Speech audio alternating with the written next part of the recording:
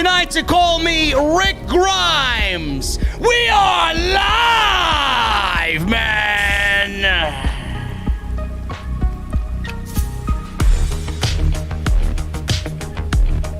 What the fuck was that, man? Holy shit.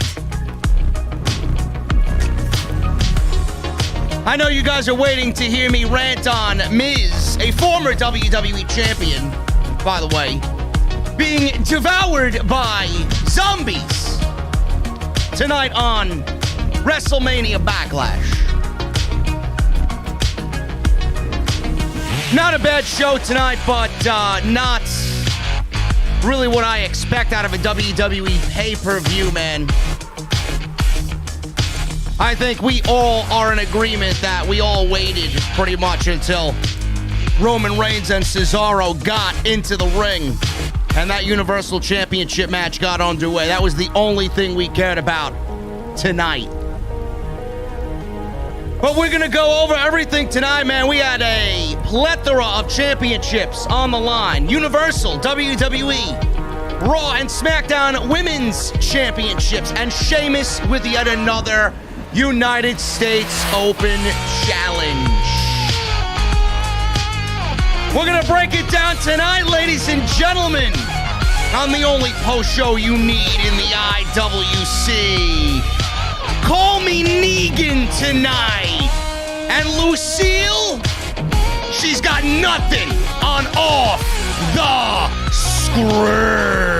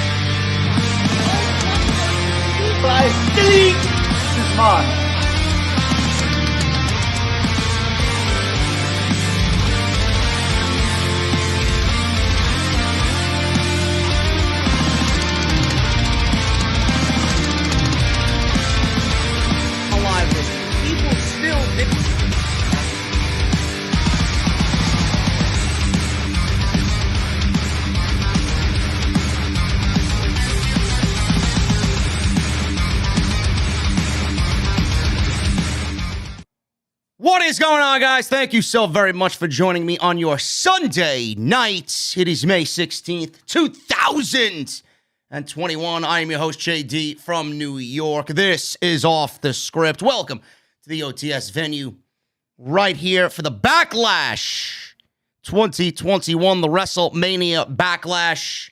Anything but WrestleMania Backlash post-show and analysis, man. I appreciate you guys joining me here tonight. Not a bad show.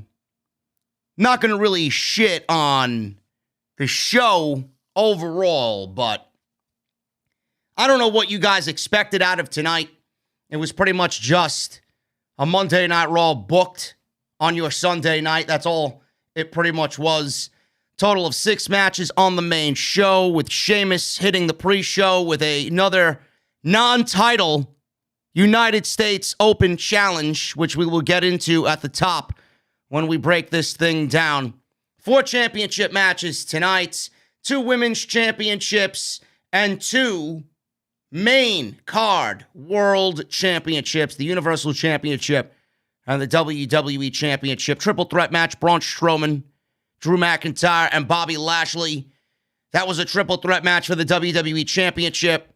And I think everybody was waiting for the big one. Cesaro versus Roman Reigns for the Universal Championship coming off SmackDown. They delivered a fantastic match in the main event. It was everything that I think everybody wanted as far as Cesaro being in the main event.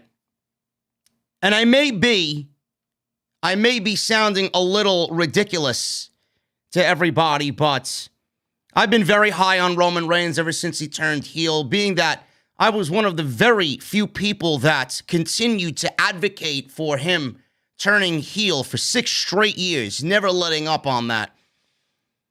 Everything the man touches turns to gold. I think everybody is pretty much well aware of that. But I mentioned something on Twitter tonight. Some of you may not agree. Some of you may agree. Depends on how you take what I tell you. Roman Reigns may be the very best professional wrestler in the world right now, and that is including who you all think are top-tier professional wrestlers in the industry right now. Roman Reigns is doing something that not a lot of people are giving him credit for, and a lot of people aren't doing right now. And that is legitimately making everything around him, storylines. We got characters that are playing more of a background role like the Usos, Cesaro, everybody that he's in the ring with, defending the Universal Championship. Roman Reigns may be the very best professional wrestler on the planet right now. Just because of what he embodies, what he's doing, not only for the Universal Championship, but to everybody that he comes in contact with. A lot of people can't go on record and say that. And Cesaro is just yet another asterisk in the incredible reign that is Roman Reigns on SmackDown with that Universal Championship. We had some decent shit on tonight's show, and then obviously the low point. I know everybody's waiting for me to rant on it. The low point in the evening, WWE dressed lumberjacks up tonight as zombies. Yes, folks, I have caught up almost. I'm up to season 10 after taking a very long hiatus from The Walking Dead. I found it funny that WWE was promoting zombies on this show tonight, all in light of Batista's new movie, Army of the Dead. I think everybody wished they were dead while watching this match with Damian Priest and The Miz. WWE dressed lumberjacks up as zombies, and I prayed to the wrestling gods that Jeffrey Dean Morgan came out with Lucille and was murdering each and every one of the writers in WWE with Lucille. Just like Glenn and just like Abraham, I actually wished them worse fate than Glenn and Abraham at the hands of Negan and Lucille. This shit was embarrassing, man. It really was embarrassing. Unbelievably embarrassing, man. We will rant about that tonight. I don't know what you want me to say. I don't even know what I'm going to say, man. It's more like I want to laugh at them than anything. But I think we are all in agreement here that Damian Priest deserves better. And I pray to God that his feud with The Miz is all over. It is time to move on. The other big thing that WWE announced tonight was Hell in a Cell is happening on June 20th, 2021. Normally, Hell in a Cell takes place in October, but I think as the night went on, WWE kind of, without actually saying why they moved Hell in a Cell, gave you the reason why they moved Hell in a Cell. I think they're using it for storyline purposes solely. Now, I don't know what goes in the month of October. I mean, I think everybody's got one big logical guess what should go in October. But I was hoping for something a little bit different when it comes to the WWE pay-per-view calendar moving on into the summer. I don't really care for the gimmick pay-per-views. I don't really give a shit about Hell in a Cell. I think the concept is pretty much watered down and kind of lame nowadays. But I was hoping for something more along the lines of King of the Ring. I was hoping for more King of the Ring speculation. After coming out of SmackDown where Shinsuke Nakamura and Baron Corbin were kind of teasing he's the king of WWE's Baron Corbin and Shinsuke Nakamura is the king of strong style and Nakamura put the crown on his head. I was hoping for something along the lines of that, but we got Hell in a Cell announced for June 20th, 2021. So we will talk about that as well as we move on with the evening. I appreciate you guys joining me. We almost got 2,000 inside the venue, man. Make sure you grab your cold beverages, tip your bartender. They're working hard around the clock. And I appreciate you guys hanging out with me on your Sunday night. Make sure you follow me on social media, and thank you to everybody that live tweeted with me tonight during WrestleMania Backlash. Follow me on social media at JDfromNY206. That's Twitter and Instagram. Hit that subscribe button down below as well. If you're new to the channel, I would really appreciate it. If you're new to the channel, we are here 5 days a week with content, man. Monday Night Raw coverage every Monday. NXT coverage for now every Tuesday. Wednesday night coverage, Dynamite every Wednesday with my boy Jesse. Thursday, I'm off. No wrestling on Thursday for now. Oh, but JD, why don't you cover Impact? No, thank you. No, thank you. Though I'm looking forward to Kenny Omega versus Moose for the Impact World Championship. I'm very much looking forward to that. But Thursday off, Friday SmackDown, Saturday the flagship podcast Off the Script, which, speaking of which, was uploaded today at 9 a.m. sharp. Yesterday, YouTube gave me a lot of issues, man, so if you guys didn't see it at its normal time at 5 p.m. on Saturday, it was all YouTube's fault. Had me processing for fucking hours upon hours, would not go through. Finally, in the wee hours of the early morning on Sunday morning, it finally went through. So Off the Script got uploaded on Sunday morning at 9 a.m. If you missed it, go and check it out. 2.5 hours almost of audio content. It is awesome. So if you guys were wondering where that was and missed it, it is live on the channel right now. Go to the homepage. It is there waiting for you. Off the Script, episode 376. Make sure you guys also hit that thumbs up, man. We are looking at 500 likes right now on the live stream. We almost got 2,000 people in here for WrestleMania Backlash. I want 1,000 likes on the live stream. So make sure you guys go and hit that thumbs up if you see something that you like. If you hear something that you like, make sure you guys show your appreciation. It's free to do so. Hit that thumbs up on the channel, on the video. It greatly helps me out when YouTube publishes the video after the stream is over. If you want to support the podcast, a couple of ways to do that. Patreon is one of the best ways to do that. Patreon.com/JDfromNY206. We got exclusive items over there that you can only get on Patreon for members that sign up annually.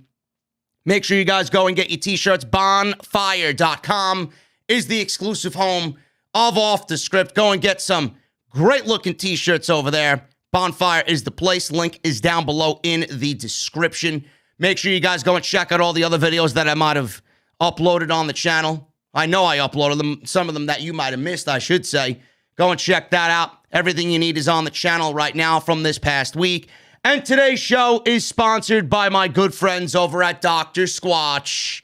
DrSquatch.com. Use code SCRIPT at checkout. You guys are going to save 20% off. If you guys don't want to be a smelly wrestling mark, and God knows there's quite a few of them in the IWC, Dr. Squatch is the place to do that. Make yourself clean, look your best, smell your best, and feel your best. You guys are already listening to the best, and I got the best fucking fans in attendance right now, man. Shout out to my boy Jeffrey, who just literally donated $500 fucking dollars to the live stream, man. Jeffrey is a fucking beast, man. Holy shit. We're starting things off right tonight. Says, keep up the good work. I appreciate you, brother. I really appreciate you. Thank you so much. Enjoy your koozie and enjoy your t-shirt, man. That's only just a little bit of what I could do for you showing me how generous you are and showing your support, man. I really appreciate you guys. If you guys want to donate, super chats are open. We'll hang out at the end of the show. As always, listen to some cool tunes, relax, open up a couple of cold beverages. You guys know the deal at the end of the live stream. Let's get into it, man. Enough of me wasting your time. WWE Backlash. Not much going into the build of this show. It was more like a Sunday Night Raw, if you ask me. But there was some damn good wrestling on this show tonight. We started the kickoff show off with Sheamus and Ricochet. This was a non-title match. Non-title United States Open Challenge. The thing with this is I don't understand why Sheamus is doing the Open Challenge and it's a non-title stipulation behind it. I have a problem with this. I picked this up tonight while I was watching the show. I asked myself, That's rather bizarre. The fact that he's doing a non-title United States Open Challenge. And then I got to hear Adnan Virk, who still sucks at his job, by the way, Corey Graves and Byron Saxton repeatedly say that Sheamus is putting somebody in this situation, giving them the opportunity to beat him clean as the United States champion in a non-title match. And then at that point, if they could prove they could beat Sheamus, then they get a United States title opportunity. Now I'm asking myself, why does this sound so fucking ridiculous? Where is WWE putting champions at a high priority?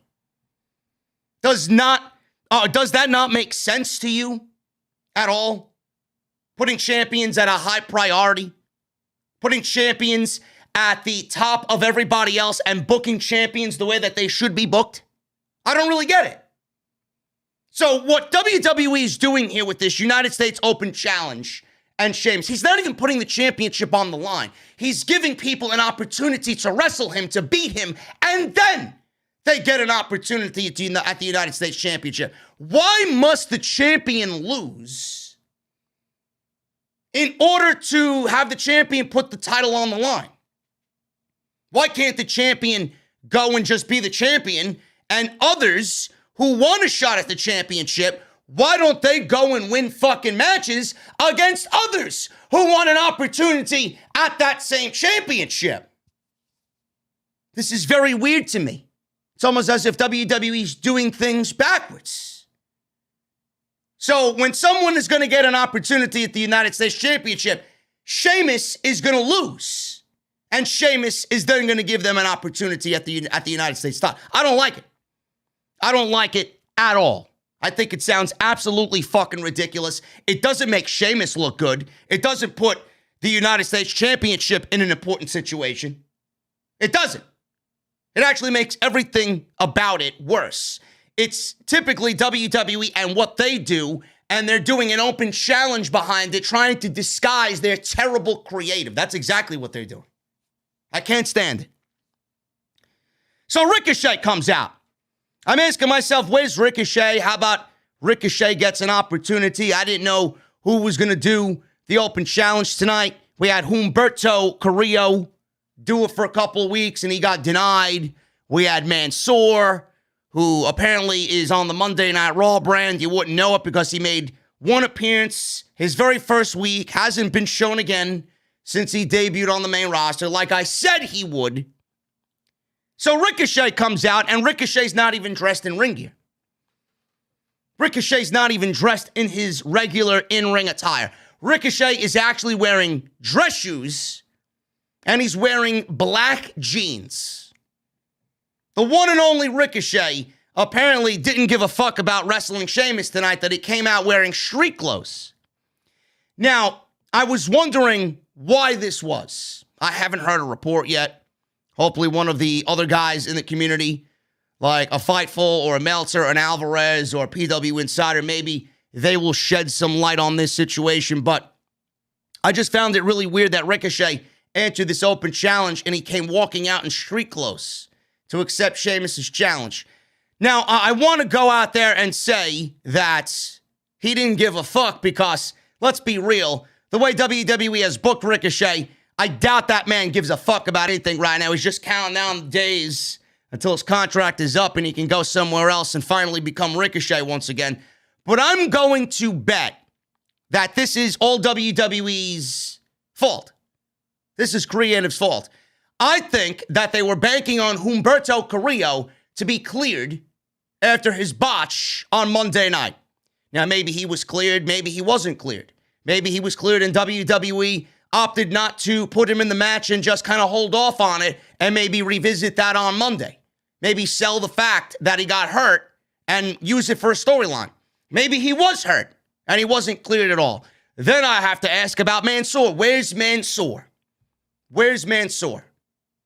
He hasn't been shown on TV since his debut week. And those are the two guys that have been fighting over the United States Championship. So I don't really understand why Ricochet went out there in jeans if this was the scheduled match from the beginning of the day. I'm going to go out there and assume that Ricochet was given word that he was in the pre-show in a match with Sheamus, and he got the word 5 minutes before the show actually took place at 6:30, the pre-show. Well, this match took place at 6:30. So that's why he went out there in jeans. I'm just going to assume that. Hopefully we find news on that because it did look a little ridiculous. The match wasn't bad at all. The match for a pre-show, it is what it is. So Ricochet rocked Sheamus with a dropkick right at the start of the bell. He had a brief advantage. Sheamus hit Ricochet with a clothesline. Sheamus stomped on Ricochet, gave him some nice smiles of sarcasm. I love it. He tried slowing the pace down. Ricochet fought back. Sheamus tried to pull Ricochet out of the corner. He held on. Ricochet hit his springboard clothesline. Standing shooting star press. Acai moonsault for a near fall. Sheamus tried to pick up Ricochet, but he rolled through. Sheamus recovered, rocked Ricochet with the knee right to the face. Sheamus's knees are absolutely wicked, man. Absolutely wicked. They are so wicked that Ricochet's fucking flesh flew off his face. That's how hard he hit Ricochet. So, after the knee to the face, Ricochet regained control a little bit with a backstabber. Followed up with a springboard shooting star press for a very close 2 count. Ricochet missed a 450 splash, avoided a brogue kick. He rolled Sheamus up for a near fall. Sheamus jumped to his feet. He then took Ricochet down with another knee, and that was pretty much it for the win. Sheamus wins clean over a Ricochet who wrestled in black jeans and dress shoes. After the match was over, Sheamus put his hat and his jacket back on. He was taunting Ricochet. He started talking about issuing more open challenges than anyone else in United States Championship history. Yeah, right. You're not even on John Cena's level yet, bro. Hold your fucking horses, okay? So Ricochet then suddenly jumped Sheamus from behind. He took Sheamus's hat. He took Sheamus's jacket. Sheamus was furious. Ricochet danced with Sheamus's hat and jacket on. Ricochet then jumped out of the ring and ran away as Sheamus tried to chase him out of the ring, and that was it. So it looks like we may be moving on from Humberto. Looks like we may be moving on from Mansoor, because Ricochet and Sheamus seem to have a little something going on here. So if that's the case, hey, at least Ricochet's on TV. At least Ricochet's on Monday Night Raw. Does he need to be in a bigger priority role? Yeah. I don't know how you fuck up somebody like Ricochet, man. Ricochet's push on the main roster was absolutely derailed from night one. They don't know what the fuck to do with this guy, and it's a damn shame. It really is. This guy should be a major, and I mean major player on Monday night, and he's not.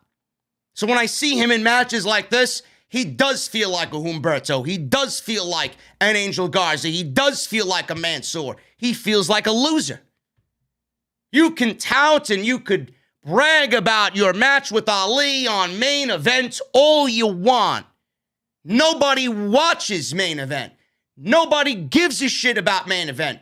We all think you should be in the Main Event. But you're not. This is what they've reduced Ricochet to. Losing. Every time I look at him, he's just got another L on his record. It sucks. Sheamus wins. I don't know where they go with this. Sheamus has not had a very good United States Championship run yet. This open challenge shit reeks of WWE being lazy with their creative. The fact that Sheamus is giving people opportunities to beat him is ridiculous. Nobody should be beating the fucking champions to get a goddamn fucking title shot. How fucking lazy are you? You should be fighting people in the mid-card, and the champion should be on his throne by himself. Then when you win, you get a shot at the championship. Why is this so hard to grasp? Fucking lazy, man. I can't stand the creative process in this company. It makes everybody look like a fucking idiot. That was the pre-show. We go on to the main show. Had a nice video package to start the show with Batista narrating over the cold open. Not bad. They only had Batista do it because tonight was the night they promoted his new movie, Army of the Dead, which is appearing in theaters and on Netflix. I believe it's coming in June. So they started the show off with Rhea Ripley, Rhea Cringely, Charlotte Flair, and Asuka for the Raw Women's Championship. Now, everybody knows how I feel about Rhea Ripley. That has not changed. In fact, it only is getting worse week by week. I think she looks more and more ridiculous every single week. Charlotte Flair came out looking like a goddamn fucking Dalmatian tonight. Dalmatian, a cow, with her ring attire. I gotta give her credit, though. She's changing her ring attire to look a little bit more unique. So I'll give her that much credit. Asuka's a big, fat loser in the eyes of WWE Creative. I'll talk about Asuka in just a second on what I think of Asuka and what the community tried to relay back to me after the match was over in just a little bit. But speaking of Dave Batista actually himself questioned the booking of Asuka right before Backlash. Now, WWE booked Rhea Ripley versus Asuka on Monday Night Raw at the Yuengling Center, and that resulted in Rhea Ripley going over clean. Rhea Ripley went over clean over Asuka. Charlotte Flair was on commentary. So this was done, obviously, to further the triple threat match and develop whatever story was there between these three women. And this was the third match between Asuka and Rhea Ripley, none of which have been memorable whatsoever. None of them have been memorable at all. So this is the third match between these two women, and Asuka lost clean on Raw. Batista goes on Instagram, on WWE's official Instagram page, and comments on a picture of Rhea Ripley beating Asuka from Monday Night Raw. He wasn't thrilled with the match and the outcome and Asuka losing, and he states in a comment on Instagram, he says, and I quote, "Seriously, are you guys jobbing Asuka out? What the fuck? Question mark, question mark, question mark." End quote. If you got Dave Batista going on your official Instagram account, blasting creative as far as Asuka goes, let me tell you something, folks. Asuka is not fine. If Dave Batista is going on Instagram blasting your creative process about the former Raw Women's Champion, Asuka is anything but fine. Okay? This match, I didn't really have any investment in this match. I don't care about Rhea Ripley. I don't care about Asuka. I don't care about Charlotte. Not because I'm not a fan of Asuka. I just don't give a shit because of the way she's been booked. Rhea Ripley has been forced down our throats. She shouldn't even be Raw Women's Champion. She got placed in a championship match undeservedly. She's overproduced. She can't cut a fucking promo to save her life. She's not believable. Everything she does just comes off as try hard. She's not genuine. Charlotte Flair, the less I say, the better about Charlotte Flair. The match itself was not bad at all. This was actually a pretty decent triple threat match. But the basis of this match is you got three really good workers here. You got two really good workers in Rhea Ripley and Asuka. And then you got Charlotte Flair. Every time I watch, and I don't know if it's just me, man. Every time I watch Charlotte Flair, it's almost as if she doesn't want to work. It's almost as if she doesn't want to take a bump. It's almost as if she doesn't want to put somebody over. It's almost as if she's fighting and struggling so hard to not take anybody's offense. I don't know what it is. She's always so about herself. And I picked up on this several different times in this match. It's just really weird to me. How you got somebody like Charlotte that everybody touts as the greatest female wrestler of all time. She's not even close to being that. She's not even close to being the best wrestler in the WWE in her division. So I don't know where you get greatest of all time from these geeks on social media. She's not at all. So as far as the match goes, the match itself was fine. The match itself was fine. Very good triple threat match between these three. They got all their introductions. They were standing in the ring. Ripley rolled up Flair for a near fall right away. Asuka broke up a pin attempt right at the start. Flair ended up on the apron. Asuka knocked her off with her signature hip attack. Ripley and Asuka went back and forth until Flair pulled Asuka out of the ring. Flair took over, isolated Ripley in the ring by herself. Flair ended up back on the apron, which I want you guys to keep in the back of your mind about the ending. Flair was on the apron at the end of this match. She spent a lot of time on the apron in this match. But at the end, it was very bizarre about why she was on the apron. She had absolutely nothing done to her, and she just dropped down and opted to not break up the final pinfall of this match. I'll get to that in a second. I don't want to jump too far ahead. So Ripley knocked Flair off the apron. Asuka climbed up the turnbuckle. Ripley knocked her off too. Flair recovered and knocked out Ripley on the floor, so she took a little bit of a nap. She isolated Asuka in the ring, hit a boot to the face, went for a cover, got a 2 count. Asuka recovered, caught Flair in an armbar. Flair broke free. Asuka locked the armbar back in. Ripley jumped back into the ring to break up this submission. Flair fought back, regained control of the match. Flair was firmly in control at this point. Ripley started running wild. She started building up some babyface offense. She had a series of clotheslines and knees to Charlotte. She followed up with a Northern Light suplex. Asuka broke up an attempted pin attempt by Rhea Ripley. Asuka gave Flair 2 German suplexes. That was one of the moments where I just felt Charlotte did not want to take the bump at all from Asuka. Asuka gave Flair 2 German suplex, hit the hip attack on Ripley in the corner. Asuka hit Flair and Ripley with a series of yes kicks. She followed up with a sliding knee on Flair, went for a cover, got a 2 count. Asuka caught Ripley with a missile dropkick. Ripley then pulled Asuka off the apron. Flair followed up as she went up to the top rope and did her obligatory, absolutely horrendous, worst moonsault ever. Did Charlotte Flair. She moonsaulted to the floor.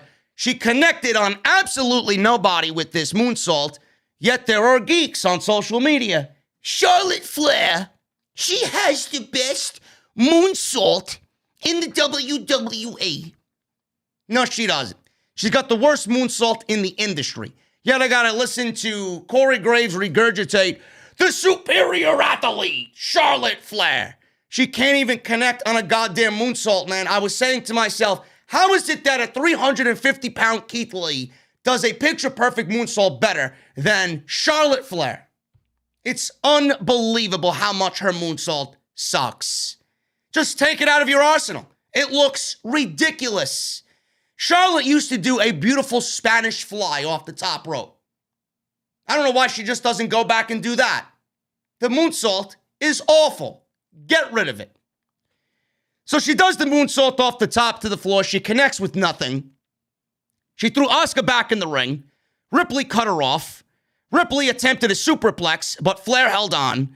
Asuka then rejoined Ripley, and then they gave Flair a double superplex, which, again, at that point, it was almost as if Charlotte did not want to take the bump off the top rope to sell the offense of both Asuka and Rhea Ripley. So Ripley, Flair, and Asuka traded shots in the middle of the ring. This thing was breaking down a little nice in the middle of the ring. Ripley caught Flair and Asuka with headbutts. Asuka and Ripley gave Flair a double suplex, but Flair landed on her feet, flipped out of it. She gave both of them chop blocks. Then she gave both of them a natural selection. Flair went to go stack them and cover them like Roman Reigns. She attempted to pin both Rhea Ripley and Asuka to win the Raw Women's Championship. Listen, honey, I gotta be blunt with you. I gotta be honest with you, honey. You are not Roman Reigns. So please cut the shtick and stop. You are not, nowhere close, will never be a female Roman Reigns, okay? Stop trying to steal the Tribal Chief's gimmick. You ain't stacking him and you ain't pinning him, honey. Okay? Just cut the shit. Everything Charlotte touches turns to shit. You ain't Roman. Roman wears the gold glove. Charlotte does not. Okay? So she tried to double pin these two. It did not work. And after all of this, Flair attempted another moonsault on Asuka. She landed on her feet, which was quite impressive. And both of them moved, did Asuka and Ripley. Ripley tried to give Asuka a riptide, and Flair made the save. Flair ended up back on the apron, okay? Asuka charged at Flair on the apron with the hip attack, and Charlotte gave her a big boot.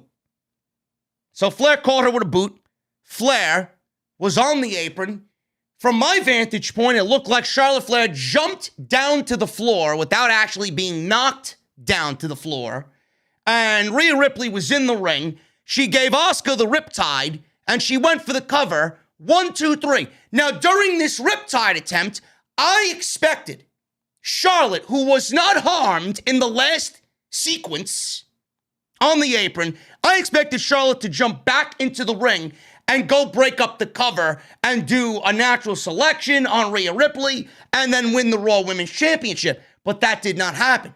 So what we got was Asuka being pinned again by Rhea Ripley. Ripley retains the Raw Women's Championship, and Charlotte looks on almost as if she blew the match, looking on like a fucking idiot. It's almost as if she dropped down on purpose and did not attempt to break up the pinfall and let Rhea Ripley just win the match. Now, I don't know what happened there. I really don't. But Asuka is a certified loser. Asuka is not fine, folks. Asuka is on her way to being non-existent on Monday Night Raw. She's lost more times than I could really imagine in the last 3 months alone. She hasn't done jack shit on Monday Night Raw. Then I got fucking idiots on social media telling me, don't worry, Asuka's fine, Asuka's fine. How exactly is Asuka fine? She's a loser, number one. Number two, she had one of the worst Raw women's title reigns in history, and she was champion amongst a division that may be at its worst period ever. It may be in its worst state ever since we started this women's revolution. And mind you, you might have forgotten, Charlotte and Asuka were tag team champions all the while. Asuka was the Raw Women's Champion. Who did they book the stronger of the two in a tag team of Charlotte and Asuka, even though Asuka was the Raw Women's Champion? They booked Charlotte to be head and shoulders stronger in that tag team, and Asuka was the fucking champion of her division. Then she lost to Rhea Ripley. Rhea Ripley did nothing to earn a championship match. She just shows up, points at a goddamn fucking logo, gets a title match, beats Asuka in a piss-poor fucking match at WrestleMania. They have even a worse match the following night on the Raw after WrestleMania. So where exactly is Asuka fine in the last 9, 10, 11 months on Monday Night Raw, leading the division as its champion for most of that? WWE hadn't even had her defend the championship on pay-per-view for a solid 7 months straight. So please, I'd love for you to fucking tell me how Asuka's fine. I'm waiting. You got any rebuttal to that? Social media geeks with your 4 fucking listeners on your podcast. Oh, that's right. You got nobody. Asuka is a loser. Not because I willingly and gladly call her a loser, but she's a loser. So Rhea Ripley wins this match. Rhea Ripley pins Asuka clean again. That, in my eyes, gets Asuka out of the title picture, folks. We got Hell in a Cell coming up on June 20th. I think it's pretty safe to say that WWE may be waiting to give Charlotte Flair that victory back in front of fans, because WWE will have fans at Money in the Bank. I think Charlotte Flair wins the title back in front of fans. Rhea Ripley's days are being dwindled down. The countdown is on until Charlotte eventually feasts on Rhea Ripley, folks. Rhea Ripley's first main roster loss will come to Charlotte Flair. So much for building new, promising talent on the main roster. It's the same old shit every single fucking week. The women's division on Raw is awful. It is awful. Moving on, man. We got the tag team championships coming up here on SmackDown. Rey and Dominic Mysterio versus Dolph Ziggler and Bobby Roode. The match actually started off with Rey Mysterio and only Rey Mysterio. Dominic Mysterio was apparently taken out during the pre-show. Now, I saw this happen because I watched the pre-show. Normally I don't, but this time, tonight, I watched the pre-show. And Dominic Mysterio was walking around backstage, A, without his father, and B, I don't really understand where management is during segments like this, man. Why would Adam Pearce, the management representative, Adam Pearce, why would he allow such a thing to happen backstage before a title match for the SmackDown Tag Team Championships? I don't get it. So when I seen this, I'm like, all right, they're either A, going to cancel the match, or B, have Rey Mysterio go out there and lose and put over the Dirty Dogs, and then we get just a continuation of this feud going on into the pay-per-view next month. Neither of those things happened. Neither of those things happened. We did get a tag team title match, and we got Rey Mysterio, for the most part, battling the Dirty Dogs all by himself. So at the end of this thing, it ended up being one of the best matches of the night, to be quite honest with you. Bobby Roode is a great wrestler. Dolph Ziggler's a great wrestler. I just don't care about them as a tag team. I think they're very good at what they do. I just don't care about them as a tag team. WWE hasn't put, and the only reason why I say that is because WWE hasn't put focus on tag team wrestling. They don't put focus on the tag team titles. If they did, maybe I'd care a little bit more about the Dirty Dogs. Maybe I'd care about Dolph Ziggler and Bobby Roode a little bit more than I do now. So Rey Mysterio is working this match by himself. He decided to compete without his son, Dominic. Rey jumped the champions early to gain an advantage. Rey sends Ziggler to the floor, whipped Roode into the ropes. Rey hit a sliding splash through Roode's legs onto Ziggler on the floor. Beautiful.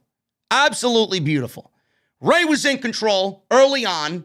He was pulling off the upset so far. He gave Roode a senton off the apron.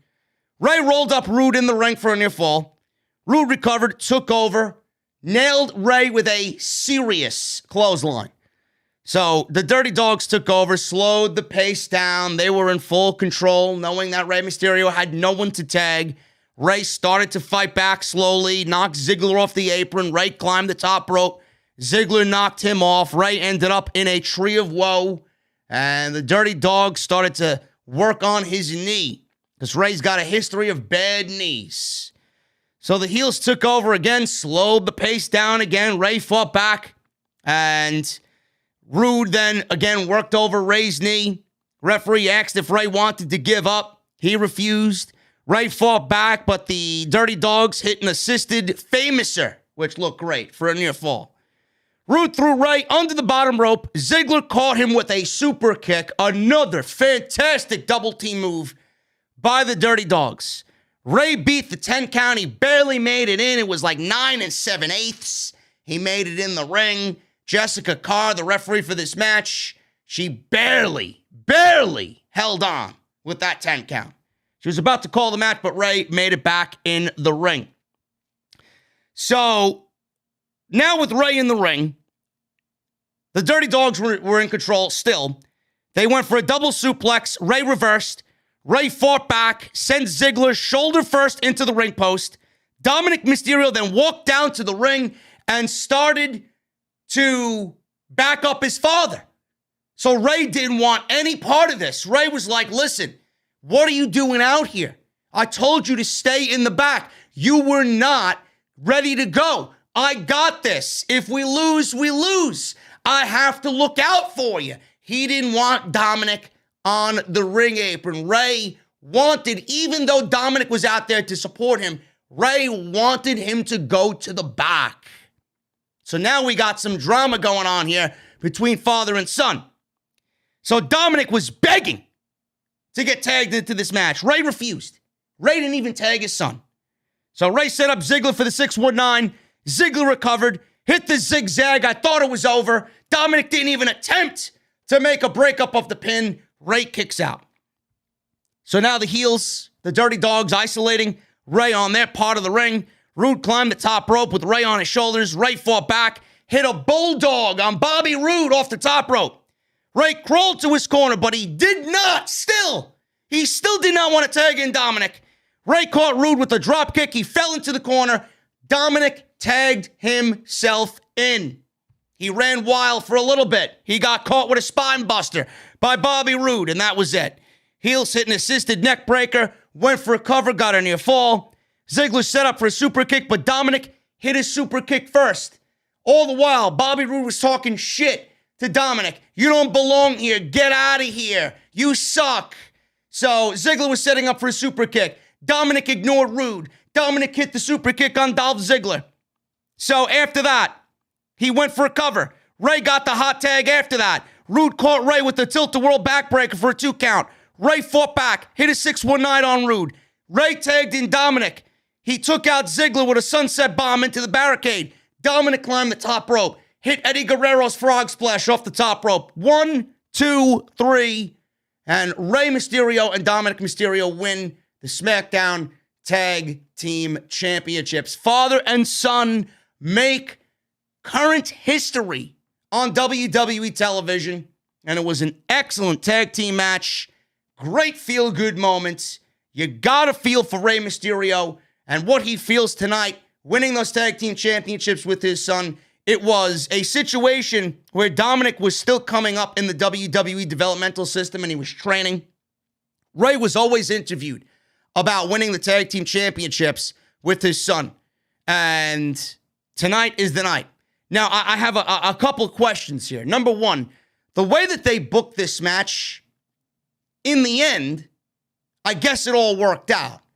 But the way we usually think about matches like this, the way that they're booked, with Dominic being attacked before the match, Rey wrestled most of this match by himself, it kind of doesn't look good if you're talking about Dolph Ziggler and Bobby Roode, because they did everything they could to put that massive advantage in their corner, and they still lost. So it doesn't look good for Bobby Roode and Dolph Ziggler at all. Number two, I don't understand why WWE did what they did tonight with Dominic sitting out most of this match and not giving the Roode to Roode and Ziggler. You could have easily continued this feud going on into the next show, or if you wanted it to continue into the Money in the Bank pay-per-view, which WWE right now is rumored to have fans back in attendance. I don't know why WWE opted to do this title change now. I honestly thought with the way that they booked this thing, they were going to save it for when they had fans back in attendance, and they didn't do that. It's the same thing with Tamina and Natalya. They won the tag team championships on SmackDown by beating Shayna Baszler and Nia. Now, we don't give a fuck about the women's tag team championships here. I think that they're awful. I think everything around those titles is just awful. But WWE made a big deal about Tamina winning her first ever championship in WWE. Why didn't you make that decision at WrestleMania? If it was such a big deal to Tamina, why didn't you do it at WrestleMania? Why did Nia and Shayna have to hold those championships up until Friday, only to lose them then? If you wanted Tamina to have her first championship, why didn't you do it where it mattered most instead of on a random edition of SmackDown? Same thing with Rey Mysterio. Wasn't this a good call for WrestleMania? What did Ziggler and Roode do with those championships coming out of WrestleMania? If you knew you wanted to do the title change, why didn't you do it where it mattered most? I don't get it. And here's the kicker, folks.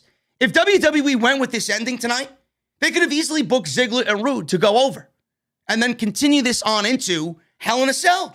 They could have did the rematch 5 weeks later at Hell in a Cell. Hell in a Cell falls on June 20th. Do you know what day June 20th is? It's Father's Day. Don't you think it would have meant more to them to have that win on June 20th at Hell in a Cell on Father's Day instead of doing it on a random WrestleMania Backlash where there's no significance to it at all? It's almost as if WWE avoids memorable moments just for the sake of fucking the talent over and getting a laugh at it to themselves. It really is ridiculous to me. Does nobody put any effort into anything? Does nobody really think about what's going on around them. They just do what's in front of them on the night they got to do it, and they don't worry about anything else. Some of the creative decisions in this company are fucking absolutely mind-numbingly just god-awful. And these are the things that I think about while I'm watching this show. I don't get it. I don't really understand it. So, Rey and Dominic Mysterio, I don't want to take anything away from their win. This was a great tag team match. This was a very good tag team match. They win. Father and son are now tag team champions. And this sets up baby faces at the SmackDown tag team champions. And now we have Rey and Dominic as tag team champions going on into the summer. Roode and Ziggler may get another opportunity at some point. Then they can move them on to something else. But now we have Rey and Dominic Mysterio versus Jimmy and Jey Uso looming for SummerSlam. And Jimmy's going to fall in line.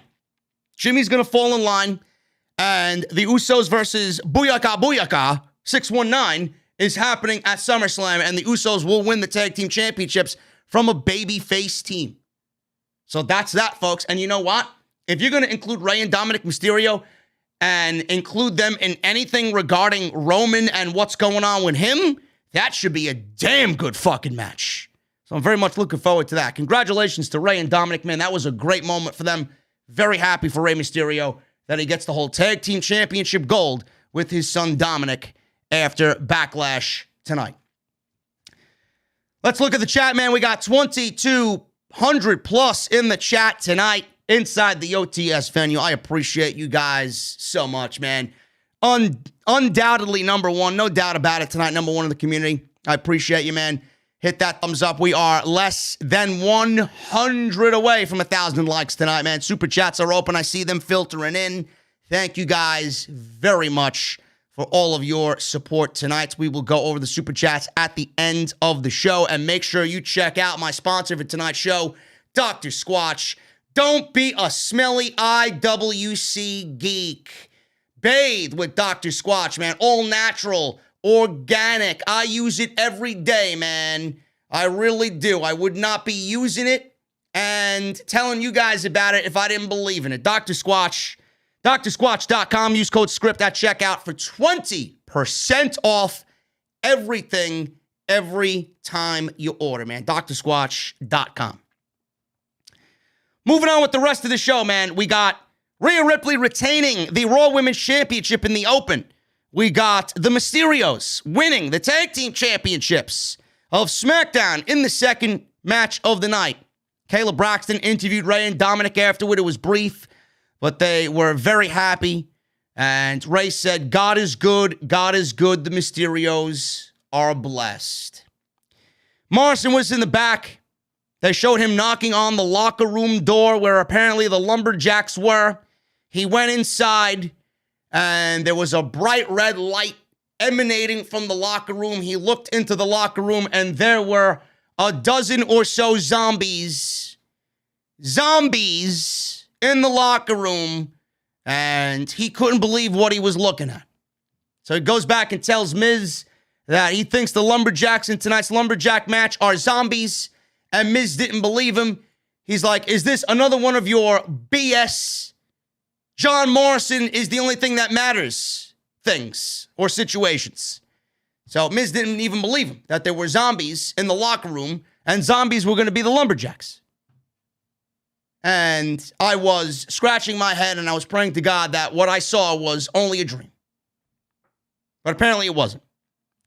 Jimmy Uso, he was walking around the back and he was standing in front of Roman Reigns' locker room. He hesitated before going in. He then entered Roman Reigns' locker room. He seen Jey Uso sitting there. He asked Jey, what's up, Us? And asked, where's the champ? Where's the head of the table? Where's the tribal chief? He told Jey the locker room says Roman Reigns, and Jey Uso's name is not on the signage on the door. It just says Roman Reigns and doesn't include Jey Uso. He said they should have a nice locker room with their names on it, and they should be tag team champions. So there's that subtle hint right there. It's coming. It's coming at SummerSlam. Instead of you carrying Roman Reigns' bags around here, he asked if he's doing his laundry too. Are you doing Roman's laundry, Us? So Jey says he doesn't need to hear that from him now. Roman then walked in. Jimmy says he wanted to wish him good luck tonight. He's gonna need it. He turned around and left. So Jimmy Uso is still not falling in line with Roman Reigns. Moving on, we got The Miz with John Morrison versus Damian Priest. And this was a lumberjack match. I hate lumberjack matches. I really do. Lumberjack matches are the worst kinds of matches in WWE, man. They all end up being lame. They all end up being booked the same. It looks aesthetically awful on television. It really does. I can't remember the last time there was a lumberjack match that was actually fucking good. I think, and I'm going back a while, man. I think the last lumberjack match that I actually enjoyed happened at SummerSlam between Seth Rollins and Dean Ambrose, if I'm not mistaken.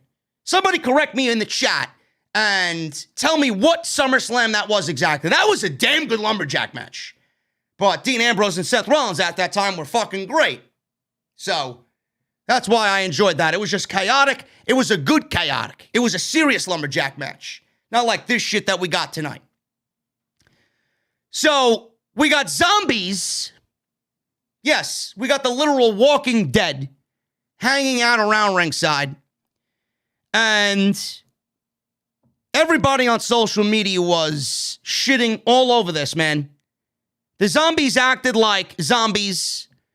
They took everything away from Damian Priest in this match. It was the only thing people were fixated on. It was awful. This was incredibly awful. Corey Graves was the best thing about this match on commentary. He mentioned something about, no, we're not relaunching the old ECW. And he mentioned something about The Walking Dead. He mentioned some Walking Dead references. He's like, hey, Adnan, do you know the way to Terminus? And then he mentioned something about John Morrison going under the ring. Adnan wanted to know why Morrison was going under the ring, and Corey Graves says he's probably going to look for Lucille, Negan's baseball bat. Corey Graves was easily the best thing about this match. The Thunderdome, WWE made it look all apocalyptic with the colors, dark colors, red, black. It was very dark in the Thunderdome with the light fixated on the ring. You got the zombies around the ring. Graves said, when you survive a zombie apocalypse, it's generally a bonding experience. He was all over the place tonight on commentary, man. Priest was in control. Morrison ran out and distracted Priest. Priest fought him off. Miz caught Priest with a surprise knee for a near fall. Morrison scooted into the ring or under the ring to avoid zombies and then flip dove onto 3 zombies on the other side of the ring to take them out at ringside.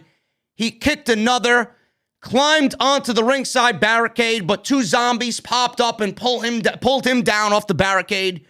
Priest in the ring catches Miz with Hit the Lights, and that was it for the win. So we got 7 minutes, and Damian Priest wins with Hit the Lights. After the match, the zombies crawled into the ring. Miz was laying on his back. The zombies crawled over to Miz, and it was a literal scene out of The Walking Dead. They began devouring and feasting on the corpse of the Miz in the ring after the match is over. A bloodthirsty crowd, perhaps, says Adnan Virk. Graves then says, Adnan, this is no time for jokes. And then Saxton says, this is clearly not the scene we expected, not the match we expected. And then Corey Graves told Batista to stop sending his friends to their wrestling events. Folks, at this point in the show, I was over it. I was watching all the goddamn fucking reactions on social media. I was praying. I really prayed that Jeffrey Dean Morgan came out and that we would get a cutaway and a cameraman in the back with fucking Negan showing up in the offices of whoever wrote this fucking match, whoever scripted this goddamn match to happen. I was hoping that the cameraman would film Negan bashing people in creative over the head with fucking Lucille, starting with fucking Bruce. I hoped Negan would give Bruce a fucking Lucille beating that would make fucking Glenn jealous. That's what I was hoping for. This was awful. This was absolutely fucking terrible, man. Not only that, I feel so bad for Damian Priest. I really do. Damian Priest, at this point, has been feuding with The Miz and The Miz only on the main roster. I think after this, we can move on and Damian Priest can go and do something with Sheamus for the United States Championship. That's the type of guy you should be putting in a United States Championship match with against Sheamus. Plain and simple. Start moving him on from The Miz, man. It is over. Everything about this match took away from the main thing, the main objective, the main priority of what we need to start doing here, building up Damian Priest. People are going to be talking more about the fucking Miz being eaten by zombies than Damian Priest. How does anybody get away with this shit? I mean, really? And all the reports about WWE management looking at Blood and Guts happened a week and a half ago, and they said that Blood and Guts on AEW Dynamite with the Pinnacle versus the Inner Circle, that Blood and Guts gave the industry a bad name. It was an embarrassment to the wrestling industry, and it set the pro wrestling industry back 30 years. Yet you have fucking zombies on Backlash Sunday on a pay-per-view, and you give us what you gave us in this match, and you think that this doesn't set the industry back in 30 years? For 30 years? But Blood and Guts does. But you got fucking WWE Performance Center recruits dressed up as fucking zombies on a wrestling pay-per-view, devouring somebody who was WWE champion 2 months ago. No, but Blood and Guts was an embarrassment to the fucking industry. I don't know who said that, but I hope they look at this match and I hope that they rethink what they said, because they may be the dumbest fucking clown in all of WWE. I really don't understand why WWE needed to shill Batista's new movie. All you had to do was give him a fucking commercial during the goddamn show. We didn't want you to go dress up geeks in zombie outfits and pretend that they were a literal army of the Walking Dead. Does WWE need that extra ad revenue from the movie studio to shill Batista's movie? You know what this tells me? It tells me that this movie is gonna blow dick. That's what it tells me. The fact that they need to shill this movie in this way, on this show, for this match, it tells me that this movie's gonna blow dick. That this movie sucks already. It's dead on arrival, literally. Have you taken a look at WWE's revenue? How much could the movie studio be paying them to fucking promote this hideous garbage? Then you got people actually some people. The majority of the people were shitting on this rightfully. Dave LaGreca on Busted Open Radio, man. I'm starting to think it's all an act. He's like, I turned this shit off, man. What a fucking embarrassment. Everybody said the same thing. Everybody. Yet people defending this shit. If you don't like it, stop watching it. I thought it was funny. I thought it was entertaining. Folks, this is not pro wrestling. It's not. This shit is pure garbage. Can you imagine somebody walking into the room while you're watching this shit? Someone who thought pro wrestling back in the day was decent, then they stopped watching for whatever reason, and they walk in and they see you watching this shit. I would be mortified if one of my friends came in and walked in on me while this shit was happening, man. I would be like, you know what, man? I see why you stopped watching. And the only reason why I watch is because I got 2,400 people watching me live on YouTube right now. That's it. If I didn't have to watch this shit, God help me, I would not be watching this shit tonight. What a fucking joke. Just another thing that WWE could really put on their fucking wall as embarrassing.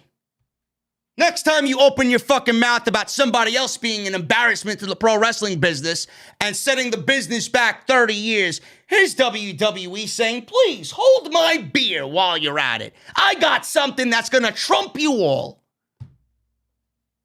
Bullshit. Jay confronted Jimmy in the back. How WWE expects us to care about anything else after this fucking shit, I don't know. Jay confronted Jimmy, said Reigns doesn't need distractions tonight, Oos, please. Jimmy said maybe the locker room should say Roman Reigns and his bitch. Jay didn't like that. He threw something to the ground in frustration, and Jimmy walked away. Moving on, we got Bianca Belair and Bayley for the SmackDown Women's Championship. This was actually a very good match. The ladies here went 16 minutes, and I was hoping deep down that Bayley would win this match and become once again the SmackDown Women's Champion. Now, clearly that did not happen. Bianca Belair won, and we'll get into how she won in a second, but I've criticized this storyline. I've criticized this angle for weeks now. I don't really understand why they're even feuding. Like, what are they feuding over? I said the same thing about Sasha Banks. It didn't even warrant why they were feuding over the SmackDown Women's Championship. The Bianca Belair and Sasha Banks match going into WrestleMania, the majority of the build was centered around the tag team championships and Sasha and Bianca trying to coexist. The entire feud was built around Reginald being a wild card. Where does Reginald stand? And that was it. Then WWE 2 weeks to go before WrestleMania. Then they started focusing on Sasha and Bianca and making the SmackDown Women's Championship a priority. But at that point, it was too little too late. It didn't give the match any meaning. The title was not a priority. The title was not the main focus. Sasha Banks was not the main focus. Bianca Belair was not the main focus. It almost became to a point where that if either one of these women lost, they were going to look worse off for it. Sasha Banks was removed from television. She may be taking some time off. I don't really know. But Bianca Belair, she didn't go on to have a great reign right from the start. She hasn't done shit. So she wins the Women's Championship at WrestleMania. She starts a feud with Bayley. And I don't even know why these two are feuding. Bianca has had, so far, an unmemorable, worthless title reign. And they're centering the Bianca Belair character around people that doubted her in her past, and she's overcoming all of the hate, and she's overcoming all of the people that told her she couldn't do it. What a terrible direction for her character, man. That's not what Bianca Belair's character was in NXT. Bianca Belair's character in NXT was always the EST of WWE. She went in there, no matter who she was in there with, and said, this is my show. I'm that bitch. I am the best in this industry. I'm the best in this division. Now Bianca Belair on the main roster is, oh, I'm doing what I do to negate all the hate and cast a shadow over all the doubters that have said I could never do it. Really? You want to make Bianca Belair into an overcoming, sympathetic babyface when we all fell in love with her because of her cocky fucking attitude. She's not ready for this spot. That may anger some of you Bianca Belair stans out there, but she's not ready for this spot. And the fucked up thing is, I'm going to tell you a little story. I ranted about this on Friday Night SmackDown. I was right here live ranting about this on the Friday Night SmackDown live stream. I said everything that I said then, here now, okay? Someone in the comment section, after the video published, he mentioned something about me being racist because I'm not giving Bianca Belair the respect she deserves. I'm sorry. Am I not supposed to call out bullshit when I see bullshit? Who said I ever said anything bad about Bianca Belair? I'm mentioning how Bianca Belair is being creatively booked. Nothing about the Bianca Belair person. Has nothing to do with Bianca Belair. Everything I stated was factual information.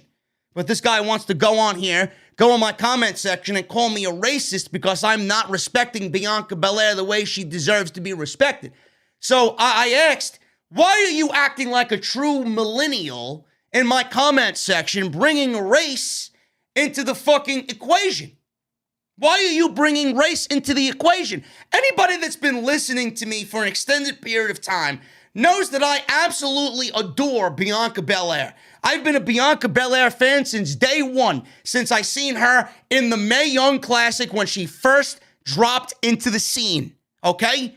And a racist, you're using that card in defense because you don't like what you're hearing. Meanwhile, how many times this year alone have I expressed gratitude and excitement and hope in regards to Big E? How many times have I praised Big E for his work with Apollo Crews before WWE went and fucked that up? How many times have I praised Apollo Crews for his Intercontinental Championship reign? And how many times have I stated he deserves it? How many times have I advocated for Ember Moon when she was on the main roster? Velveteen Dream back in the day when he was the fucking hottest act in the industry. Yet people want to sit here in my comment section and call me a goddamn racist. How many times have I advocated for Naomi? Seriously. People don't listen. People want to hear what they want to hear. People criticize me and throw shade my way because they don't like what I have to say. They don't like it because it resonates. They don't like it because it's true. Then they want to throw that type of bullshit at me because they don't like what they're hearing. Don't listen. Don't listen. The guy promptly, that was my comment to him in my comment section. The guy promptly deleted his comment. He had no rebuttal at all. He made himself look like a fucking idiot, and I doubled down on that. She's not ready. Bianca Belair is not ready at all. Keith Lee, Gemini 605 in the chat. I see you, bro. Keith Lee as well. How many times have I advocated? Not only Keith Lee, Ricochet as well. How many times have I advocated for these black men and women? Yeah, JD's a racist. Because Sasha Banks is another one, man. I fucking adore Sasha Banks. Yeah, JD's a racist. I would love for people to really pinpoint something where I said something that's so outlandish that you got to give me a comment like that. Bianca Belair is not ready. It has nothing to do with color of her skin or who she is. She's not ready. Some of you may not agree with the way that I say things, but I'm going to throw this one at you. Sasha Banks was the best at her profession. She's the best women's wrestler in that entire roster. But she lost the title at WrestleMania. She was not yet ready to give up that women's championship. She wasn't. Bianca Belair wasn't it, folks. Sasha Banks was nowhere near ready to give up that championship. She was still the best. They haven't developed anybody to come along and even be in the same conversation as Sasha Banks. So why would you even think about taking the championship off of her? Bianca Belair is only champion to please a small market of the social media fucking landscape. Everybody that wants, things to happen because Bianca Belair is a strong black woman, because of whatever political agenda's going on in the world, because of whatever documentary they seen on the network, whatever story they heard about Bianca. They want something to fit their narrative. They want something to happen to fit their narrative, and they don't give a shit if it makes sense or not. If you are not ready to be champion, you can't just make somebody champion because somebody else is saying, oh, this person deserves it. Yeah, she won the Royal Rumble, but that's about it. She won the Royal Rumble. That doesn't make her ready to be the leader of the women's division. You fucking kidding me? Bayley should be the next in line. Bayley was the only one next to Sasha Banks who would be even in the conversation as being SmackDown Women's Champion. It's the same thing It's the same thing that applies to Roman Reigns. It's the same thing that applies to Roman Reigns. Everybody's calling for Big E to win the championship. Big E's the guy. No, he's not. Nobody is the guy. WWE doesn't have the resources to take that title off of Roman Reigns and put it on somebody else and make it make sense. If you are not on the same level, or at least somewhere close, because nobody's going to be on the same level as Roman Reigns. If you are nowhere close to where Roman Reigns is, then you should not be in discussion to be a Universal Champion or take that title off of Roman Reigns. You should be a champion if you are the best at what you do. Bianca Belair is not the best at what she does. In fact, Bayley outworked her tonight. Bayley showed you every which way why she's great, And Bayley showed you tonight why she should be the SmackDown Women's Champion tonight. Bianca Belair was off. Bianca Belair was off tonight. And that doesn't mean I don't think she's a good pro wrestler. I think she's a very good pro wrestler. Still learning a lot. Got a great look. I love her charisma. I love her attitude. But she's not ready to be women's champion. She's not. She should have not won this match tonight. Instead, Bayley should have won this match, became the SmackDown Women's Champion again, and WWE should have continued Sasha and Bayley with fans coming back in attendance. Bianca Belair, she still needs some work. That's just my opinion there. But this match was great. There's a big difference between not being ready and being a bad pro wrestler. Bianca Belair is not a bad pro wrestler. She's just not ready. She's a very good pro wrestler, but she's not ready. There's a big difference there, folks. Don't listen to people misconstrued my words. Bianca Belair is a great pro wrestler. She's just not ready yet. There's a big difference between those two statements, okay? This was a good match. Bayley was one step ahead of Bianca at all times. She wrestled a better match than Bianca Belair. Belair had the early advantage. She caught Bayley with a dropkick. Belair chased Bayley around ringside. She avoided Bayley with a leapfrog, hit a shoulder tackle. Belair followed with a headspring splash for a near fall. Handspring splash, I believe, for a near fall. Bayley grabbed Belair's earring to take over. Bayley slowed the pace down, working that methodical heel style with a chin lock. Bayley caught Belair with a back suplex for a 2 count. Bayley fought back, hit a suplex. She then recovered, used an inside cradle for a near fall. They fought around ringside. Bayley regained control after she dropped Belair on the steps. Belair kicked out, sent Bayley to the floor. Bayley mocked Belair, laughed in her face. Belair got fired up. She started running wild, making a babyface comeback here. She missed a charge in the corner. Bayley regained control. Belair caught Bayley with a spine buster, went for a cover, got a 2 count. Bayley recovered, hit a flying elbow off the top rope, got a cover, went for a 2 count. Bayley then sent Belair into the ring post. Bayley then missed a suicide dive. Belair drove her into the apron. Bayley used the backslide with her feet on the ropes for a near fall. The referee saw this. She tried to cheat again. Referee continued to catch her. Referee gave her one more strike, and then she was going to get disqualified. Bayley then raked Belair in the eyes to regain control towards the end of this thing. Bayley did a ripcord using Belair's braid, and then she hit the Bayley to belly. She thought she had the match won. Belair kicked out of the Bayley to belly at a 2. She then attempted the rose plant, but Belair reversed it into a roll-up and used her hair to lock up Bayley's legs so that she couldn't kick out, and she wins the match. Bianca Belair, the babyface, cheated to win against Bayley tonight. How am I supposed to be sympathetic towards Bianca Belair after the character that you portrayed this woman to be on television? How am I supposed to be sympathetic towards Bianca Belair after all of that when she cheated to win this match? Now, did she cheat because she got desperate and she thought that she couldn't beat Bayley? Or did she cheat to show Bayley, hey, bitch, you want to keep trying to cheat? I'm going to pull one on you and I'm going to get the advantage. Did she do it tit for tat? There's got to be a reason why she cheated while she's the babyface to win. Babyfaces don't cheat to win. So I'm a little confused by this. The braid finish was a little sloppy, and it was a little gimmicky, and it was a little illogical for my taste. I almost thought it wasn't even supposed to happen. In fact, when I first saw it, I thought it was a botch. But it was actually the supposed ending of the match. After the match was over, Bayley, she went over to Michael Cole and took his notes, started writing on his notes. Please put this in your notes. Bianca is a cheater, yelling at Michael Cole.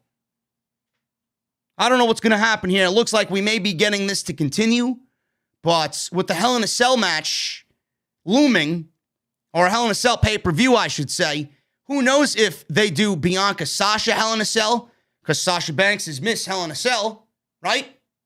Or if they do Bayley versus Bianca inside Hell in a Cell.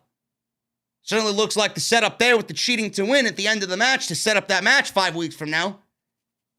I don't know. Maybe Sasha Banks does go to Money in the Bank and win Money in the Bank.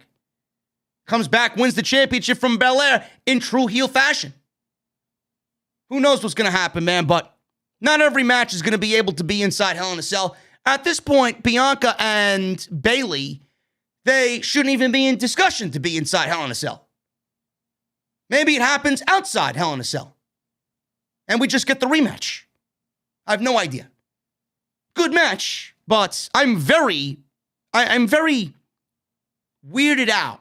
I'm very annoyed at the lack of attention to detail when it comes to Bianca Belair's character. She has not had a good reign. She has not. It has under-exceeded expectations. Not really what I wanted to see coming out of WrestleMania. Kevin Patrick was backstage. He interviewed MVP right before this triple threat match for the WWE title. Asked MVP how he feels about Braun Strowman's reaction to his business proposition. MVP said Braun lacks the intellectual capacity to hold the most prestigious title in WWE. He said pretty much he's calling Braun Strowman a fucking stupid.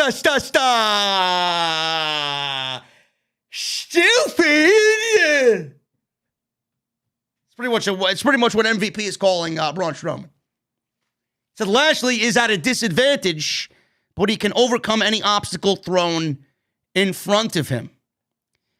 So we got this triple threat match, Bobby Lashley versus Drew McIntyre versus Braun Strowman for the WWE Championship. I shit on this match going into this pay-per-view, and I said it right from the word go when Braun Strowman was included in this match.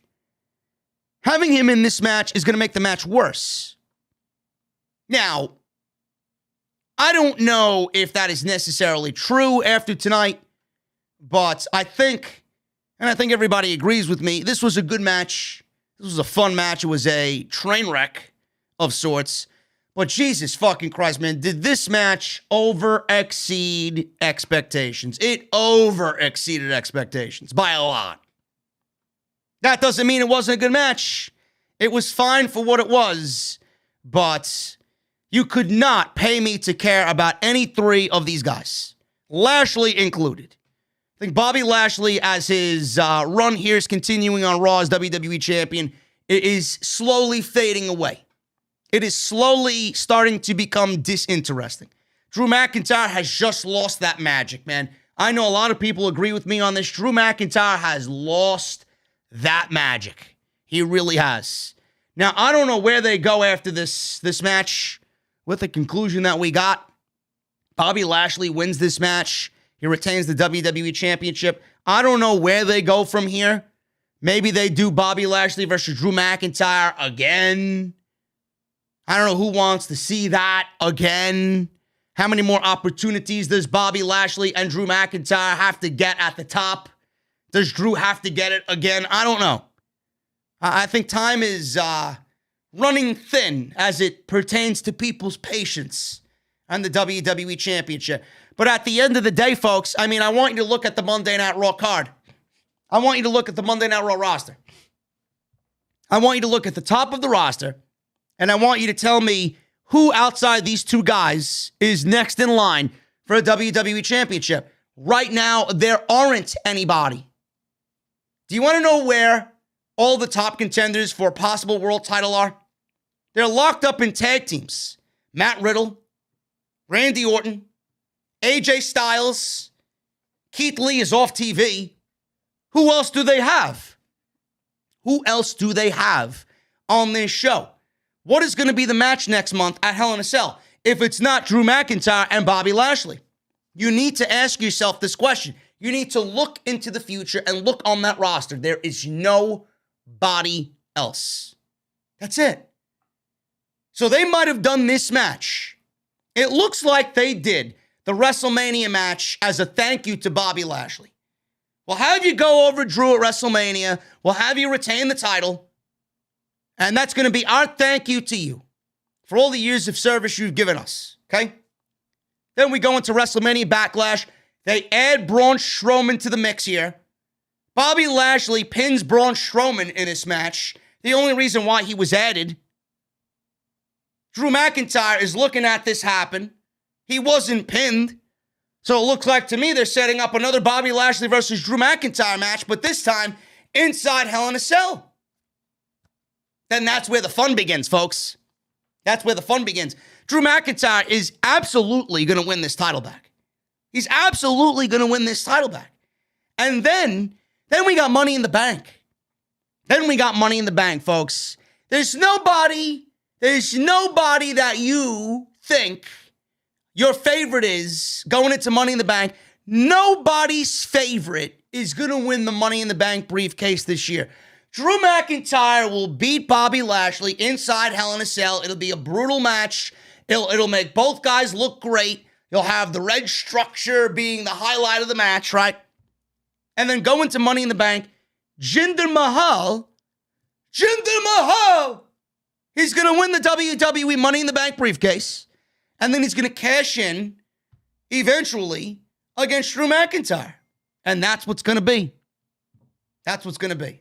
Whether we get Mahal cashing in like a legit savage, or we get Mahal cashing in while McIntyre is beating somebody else. And then Mahal steals the championship. And then we got the championship. The championship between Mahal and McIntyre. That could be one thing. That could be one thing. But I don't think WWE is going to do that. What I think WWE is going to do is I think we're going to have a situation where Drew McIntyre somehow, I could see this happening. I'm not sure if this is going to happen, but I could see this happening. Again, even inside Hell in a Cell, we get some fuck finish. We get some fuckery. Bobby Lashley somehow retains. And then after Money in the Bank is over, Mahal will win Money in the Bank. He will cash in on Bobby Lashley. Drew McIntyre continuously gets screwed over every single time. Then we got Mahal winning Money in the Bank. He cashes in on Bobby Lashley. Bobby Lashley drops the title to Mahal. Now Drew McIntyre has Bobby Lashley in his sights. Now he's got Drew McIntyre and Mahal also in the picture. It's going to be a situation where Drew McIntyre is going to be looking at Bobby Lashley and Jinder Mahal for WWE Championship Gold. That's what I see is going to happen. I think Drew McIntyre is going to be in this phase where he's just chasing. He's going to chase until WWE deems him ready again to hold the championship. But that title is going right to Mahal. That title is going right to Jinder Mahal. No doubt about it. It's just very up in the air about how WWE is going to go about it. That's why I'm very surprised they're doing Hell in a Cell first and not Money in the Bank. I figured they'd do Money in the Bank first. I don't know where this Hell in a Cell pay-per-view comes from in June. I really don't. It's going to be very interesting to see what WWE does as far as why they included June to have Hell in a Cell. I really don't get it. But the match itself was very good, man. The match itself was very good. We had Strowman take an early advantage as he threw Lashley and McIntyre around the ring. Lashley and McIntyre worked together, hit a double suplex on Strowman. This was impressive, man. Strowman has never been up in the air that long. Double vertical suplex on Braun Strowman. McIntyre took over, hit a crossbody on Lashley, scored a near fall on Strowman.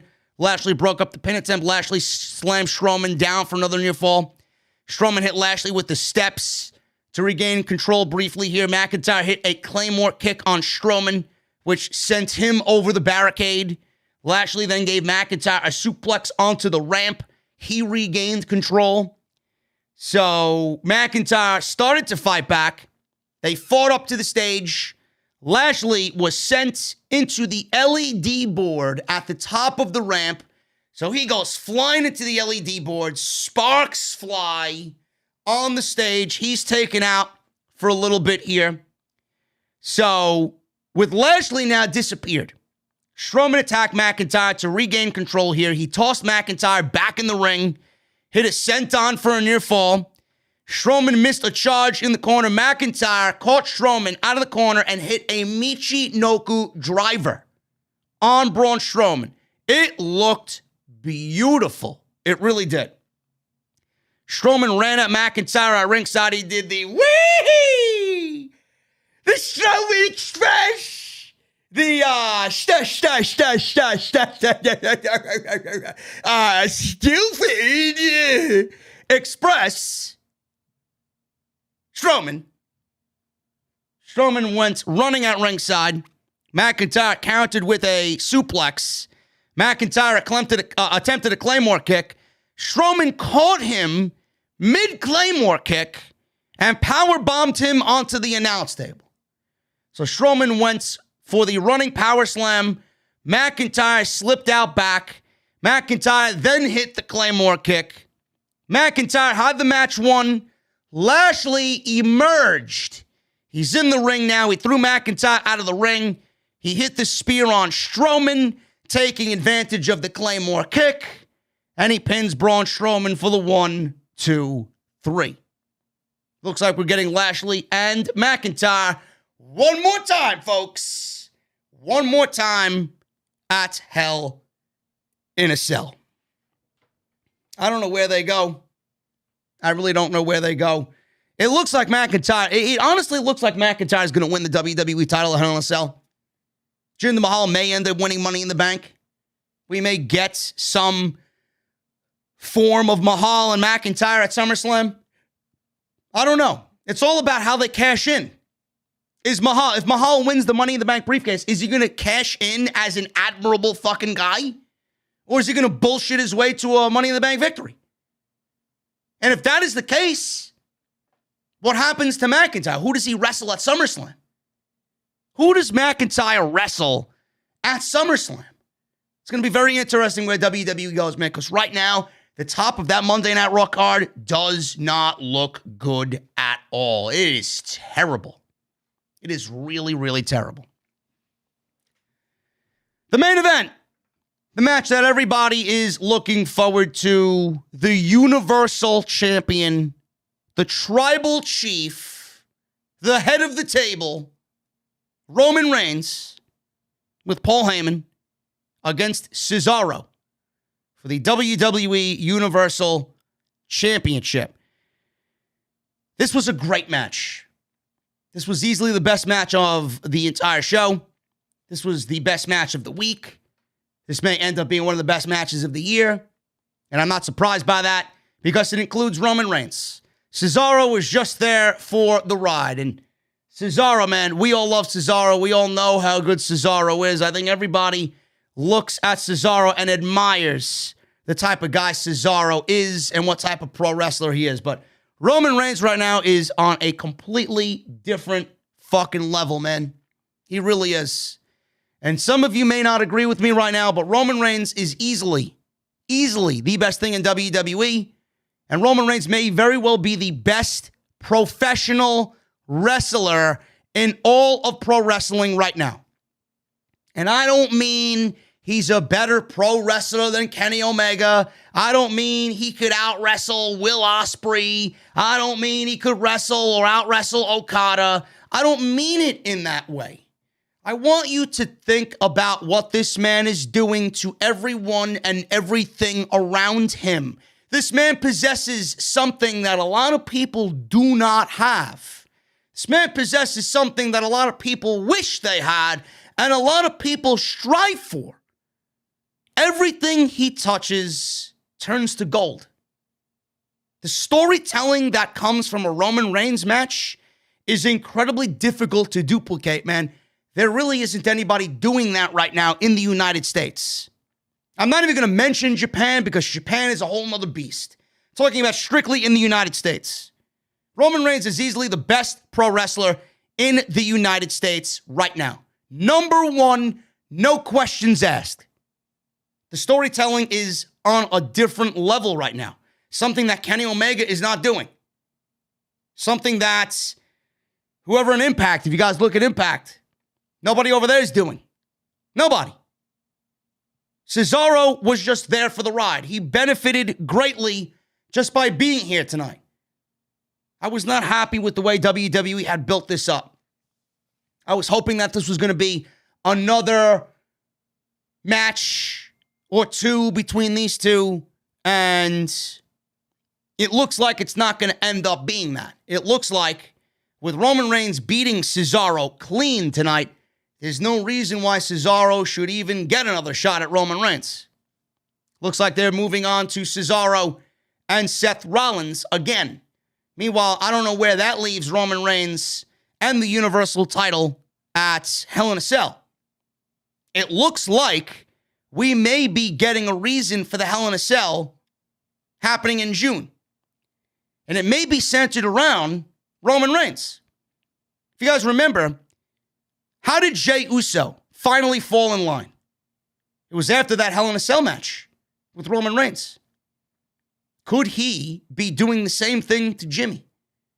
Is he going to put Jimmy Uso through the same trial and tribulations that he put his brother through to make him stand in line, fall in line, and follow and acknowledge the tribal chief? That's what I'm wondering. That is what I'm wondering when I think, why did WWE put Hell in a Cell in June, moving it away from October? Are they going to do Roman Reigns versus Jimmy Uso inside Hell in a Cell? And they want to do the same thing that they did with Jey. And they don't want to do it in front of fans. They want to have all of this culminate and conclude before they actually go and do these shows in front of fans. They want the whole bloodline. They want the whole Roman Empire together, strong, when they go and do their shows in front of fans for the first time. Maybe the Hell in a Cell is that catalyst. I don't know. So we'll see what happens there, man. But I was not happy with the way WWE didn't spotlight Cesaro. It seems like they spotlighted the Usos more than Cesaro, the drama between Jimmy and Jey, Jimmy and Roman. I thought that was more of a priority to them. And I thought, and this is probably 100% factual information, the only reason why we got Cesaro in this role was because it was remnants of what Daniel Bryan left behind. Roman beat Daniel. That made way for Cesaro. They didn't really put much effort into building a story around Cesaro because he was there already. He was the only guy that legitimately made sense. And I feel like WWE didn't put any effort into telling a story with Cesaro in his chase of Roman because it was going to be a great wrestling match. It was something that we wanted as fans. We want Cesaro to get an opportunity. We want him to get a shot in the main event, see what he does. WWE knew this was going to be a great match, and they solely booked this knowing it was going to be a great match. They booked this solely knowing that all we want is a great wrestling match, and that we would be happy only with a great wrestling match. And that's exactly the way everybody acted. It's exactly what the reaction was after the match was over. This was a fantastic match, a match of the year candidate. But I know why they didn't put much effort into Cesaro, because this was it. Do I think Cesaro deserved better? Yeah. Do I think Cesaro has a better story to tell against someone like Roman after 10 years? After finally getting a Universal Championship match against Roman Reigns, after finally headlining a pay-per-view and being given the opportunity to get that spot? Do I think there's a better story for Cesaro to tell there? Do I think he deserved better? 1,000%, absolutely. But that's not the way WWE thinks about Cesaro. It's not. So you're lucky you got what you got. You're lucky you got what you got with Cesaro. Otherwise, on a normal year, in a normal time, we wouldn't be getting this. Now, it may be different. Cesaro may have gotten another match. Cesaro may have gotten another match or two out of Roman if there were fans in attendance, but WWE's moving on. WWE showed you on Friday for the last 2 weeks what the bigger story is with Roman Reigns. It's the drama between Jimmy and Roman. With Jimmy Uso being back, that's what's going to take precedent now. Cesaro was only a background player. So they're moving Cesaro on to Seth Rollins, and they're going to do Jimmy and Roman inside Hell in a Cell. Because Roman has no other opponents on SmackDown. None. There's nobody else on SmackDown, even in discussion for a Universal title match. It's going to be Jimmy. Because if you listen to what Roman said on Friday night, if you think you can handle the burdens of being Universal Champion, why don't you show me you could beat Cesaro for the Universal Championship? Roman's going to put that title on the line against Jimmy, knowing that Jimmy's not going to beat him, and he's going to beat him into acknowledging him. It's exactly what's going to happen. I'd be shocked if it doesn't happen. As far as Cesaro goes with Roman, this was a fantastic, fantastic match. So, behind the curtain in Gorilla, Jey Uso came up. He was preparing to walk out. Jey Uso stayed in the back, and Uso noted that he's always in Reigns' corner, and Reigns says, why don't you go talk to your brother Jimmy? I don't need you or him, you know? I don't know what you're doing or what you're planning or what's going on between you two, but why don't you go talk to him? Uso was like, Us, I'm always in your corner. I've acknowledged you. I want to be there for you. Roman didn't want anything to do with him. So we didn't have any Jimmy or any Jey Uso out there. Roman was out there with Paul Heyman only. So they battled right at the top. Lock up. Reigns backed Cesaro into a corner. Reigns slowed the pace down. Got a headlock on Cesaro. Cesaro started to break free. Reigns hit a shoulder tackle. Went for a quick cover. Just kind of peppering him. Feeling him out. Reigns got a headlock back on. Cesaro broke free. So they're just going tit for tat, back and forth, feeling each other out here. Cesaro caught Reigns with a shoulder tackle for a 1 count. Reigns became frustrated, rolled out of the ring, went to go discuss plans with Paul Heyman. Reigns sent Cesaro to the floor, landed on his arm, did Cesaro. So that was the moment. That was the focus of the match. Cesaro's right arm. His arm was busted in the match, and that was the story around Cesaro in this match. So Reigns worked over Cesaro's arm, making that the focus. He slammed him into the announce table. Reigns continued to work a methodical pace. Cesaro tried to attempt a suplex, but Reigns reversed it into a suplex of his own. Reigns continued to slow the pace. Cesaro broke free. Reigns hit a flying clothesline, went for a cover, only got a 1 count. Reigns went back to a chinlock. So he worked that slow pace. Cesaro tried to fight back. Reigns hit a Samoan drop for a near fall. Cesaro avoided a Superman punch, hit a beautiful pop-up uppercut. Cesaro followed up with a series of uppercuts in the corner, almost a train of uppercuts in the corner. He hit a big boot, went for cover, got a 2 count. Cesaro targeted Reigns' leg. He tried to lock on the sharpshooter. Reigns crawled to the ropes to break the hold. Cesaro hit a beautiful corkscrew plancha to the outside over the ropes on Reigns. He followed up with a running uppercut at ringside. Cesaro hit a beautiful crossbody off the top rope for a near fall. Went for a cover, got a 2 count on Reigns. Reigns fought back, worked over Cesaro's arm. He followed up with the drive-by to the arm. So Reigns hit his signature drive-by on the arm. Cesaro briefly fought back again. Reigns went back to the arm, working on it. He was in control again. He backed Cesaro into the corner, caught him with a big boot. Reigns taunted Cesaro, started to stomp away at him, talking shit to Cesaro. Cesaro fought back with uppercuts and clotheslines. Cesaro and Reigns traded shots in the middle of the ring. He then gave Reigns a superplex from the apron for a near fall. Cesaro again attempted the sharpshooter, but Reigns fought back. Cesaro hit a double foot stomp. Cesaro went for the neutralizer, but his arm gave out. He started to fight back. He went for a springboard uppercut. Reigns, in the middle of a springboard uppercut, hit a beautiful Superman punch and almost won the match. Got it 2.5. Reigns went for the spear, but Cesaro hit him with an uppercut. He then attempted a pop-up uppercut, but his arm gave out. Reigns locked in the guillotine.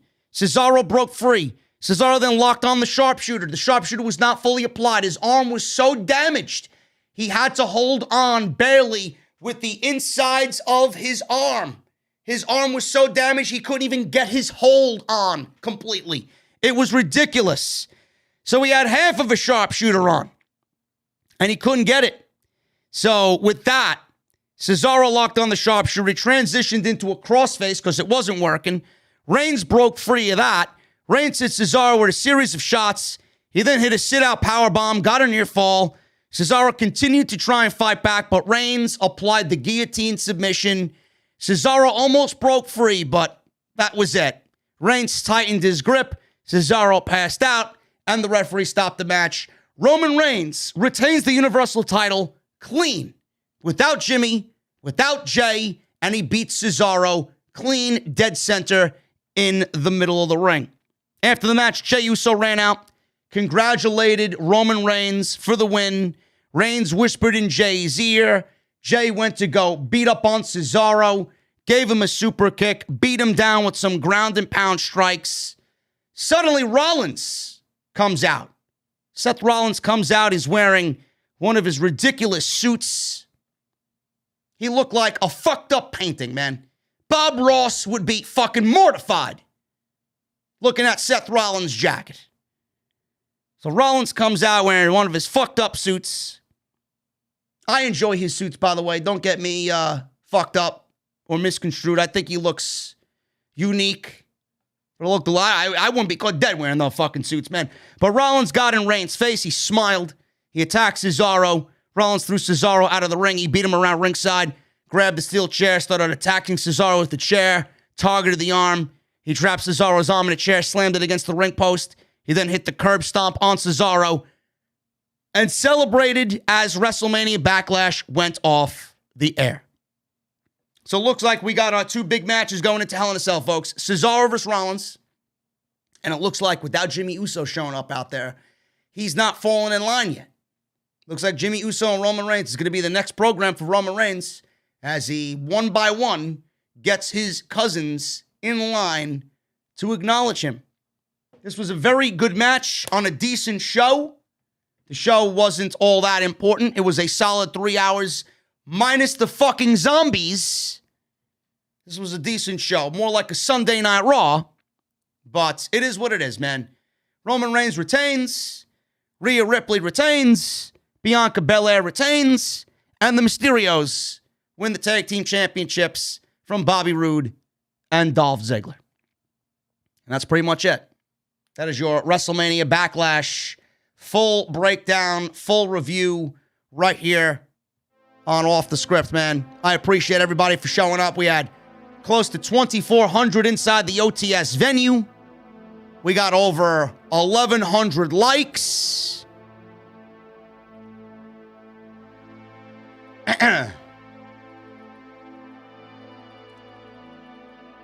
What is this guy saying in the chat? Man, these geeks in the fucking chat, man. My Twitter is not hacked, guys. My Twitter is not hacked.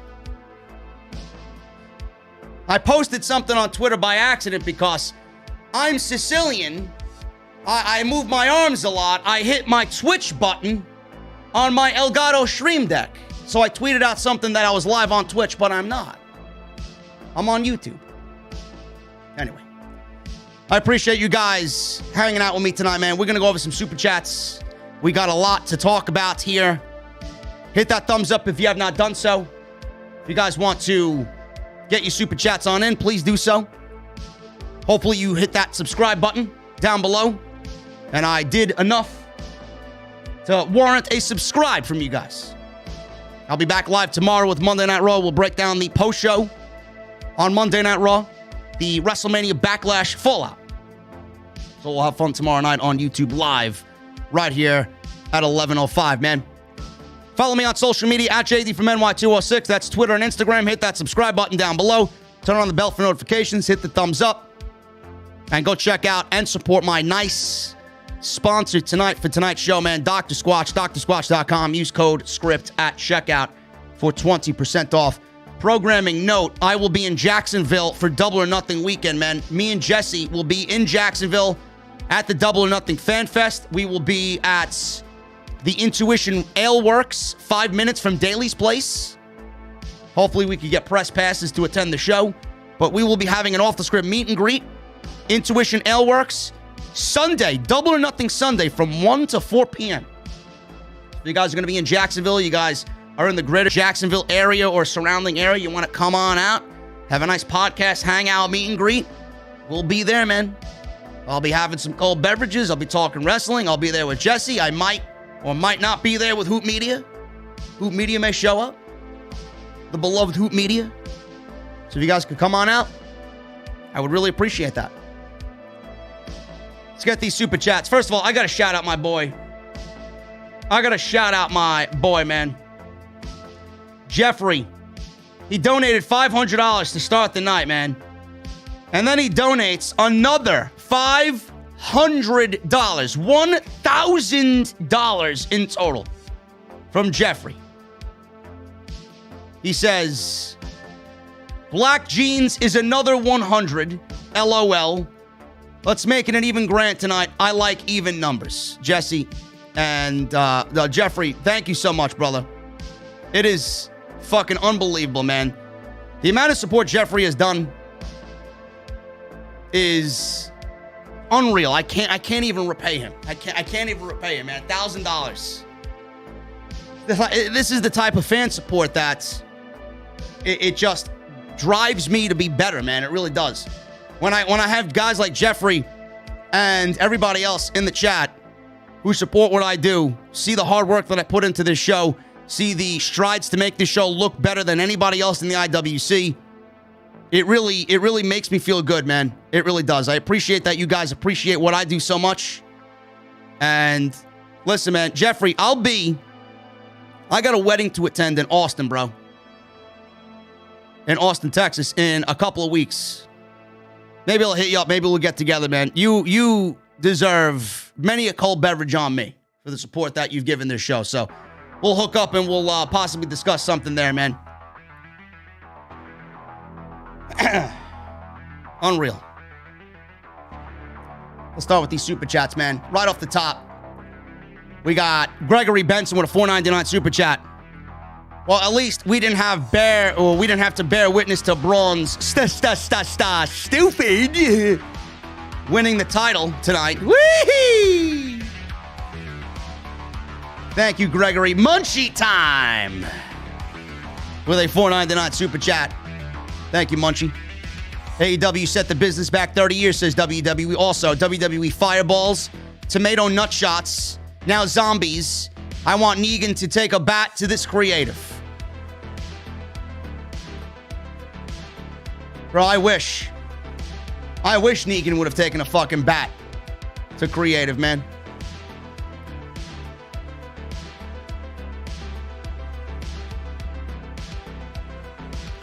Hooligan with a $10 super chat.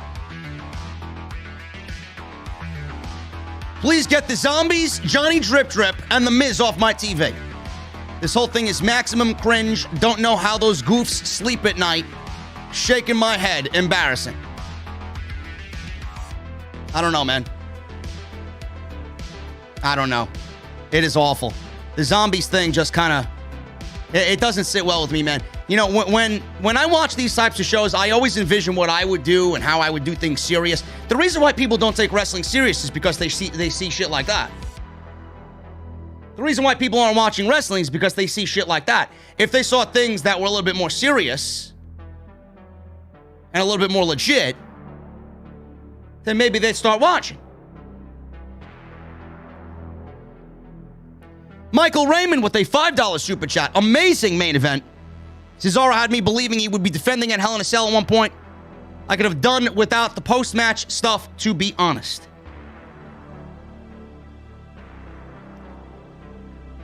Cesaro had a great night, but I don't think anybody should have really went into that thinking he was going to win. At all. Cesaro was never going to win that match. The only thing WWE had to do was make Cesaro look good. And they did. So they succeeded. Jaden Vlogs with a $9.99 super chat. First, #1 podcaster in the IWC. Also, Adnan needs to go, bro. We are in a safer place now. Adnan sucks, man.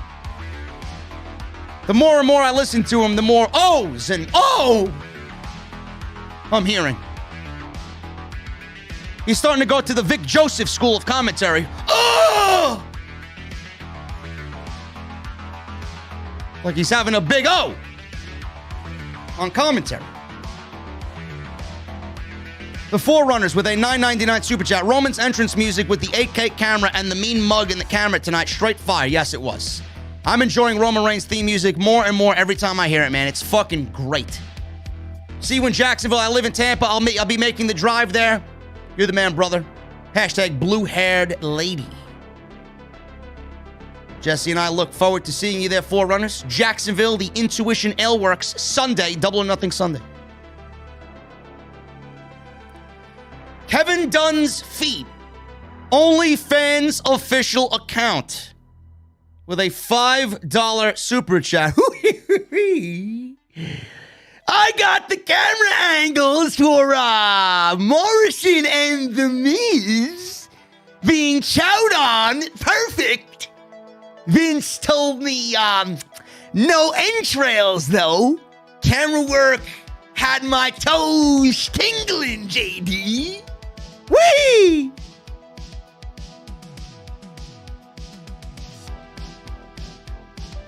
Thank you, Mr. Dunn, and your OnlyFans account. I appreciate you, man.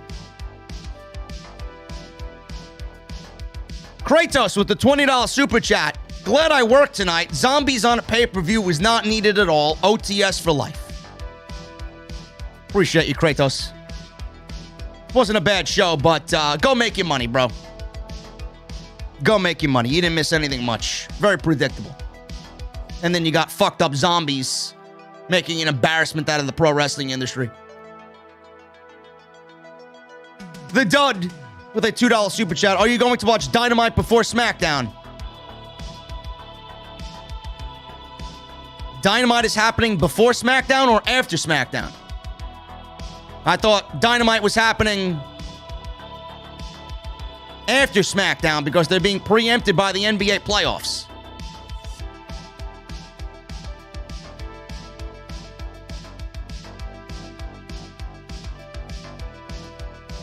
Daniel Easterday with a $2 super chat. What's up, JD? Those zombies and Seth's suit. LOL. Yeah, Seth's suit looked like it was discolored with zombie entrails, bro. Listen, if Seth wants to wear unique suits, let him wear unique suits, man. He pulls it off, I guess. Maybe Becky finds it attractive. Who the fuck knows? Indigo with a $5 super chat. Hey, JD, much respect. OTS this morning was too fire. I agree with what you said about the Elite. Backlash was decent. Another awesome live stream. Thank you, Indigo. If you guys missed off the script this morning, Sunday, 9 a.m., man, go check that out. Episode 376. Live on the channel right now, man.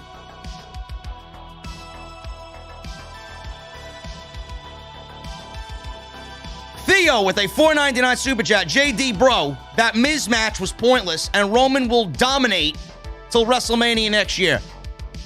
He should. He should.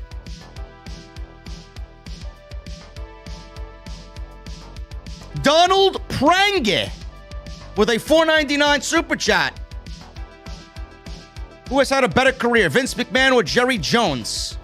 Both were in their prime in the mid-90s. Ever since then, both have declined as they aged.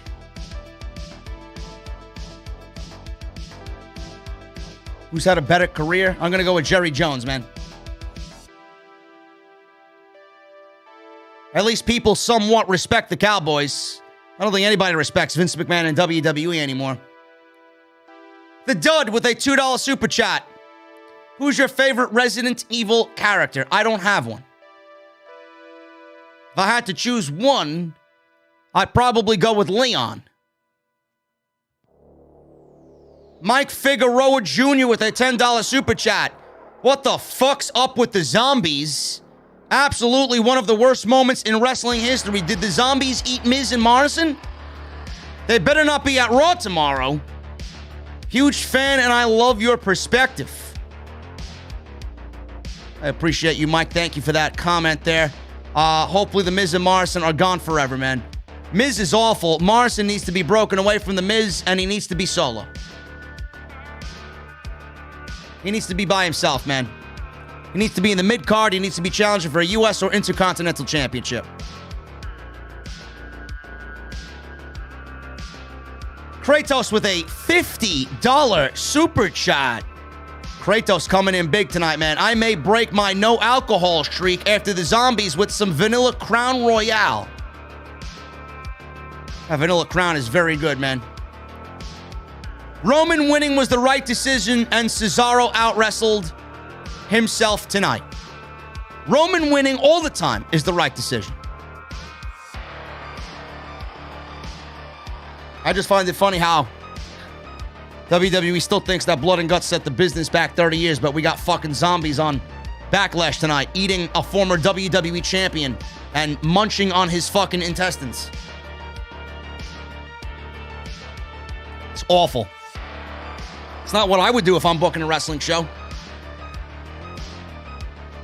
The entertainment aspect in WWE needs to fucking die. That's what it needs to do.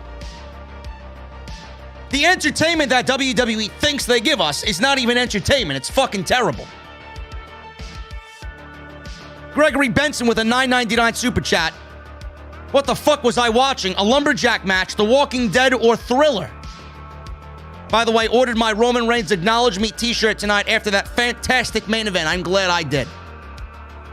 You know, Gregory, I may actually have to do the same thing. Maybe I'll get myself another WWE title belt pillow. I love those pillows, man.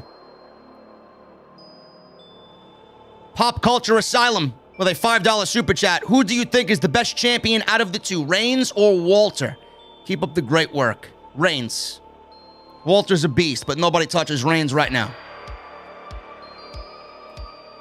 Deshaun Turner with a $3.99 super chat. Vince saw MJ Thriller video before the match. Listen, man, Bruce, he gets a lot of his inspiration while he's sitting at home, man, in his fucking tighty-whities. Seriously. Vince and Bruce get a lot of influence sitting at home on the weekends while they're TV channel surfing. They must have saw something. Bruce must have been catching up on The Walking Dead like I am. I'm right at the end of season 9, man. I'm enjoying season 9, man, with the skinwalkers. It's pretty good shit.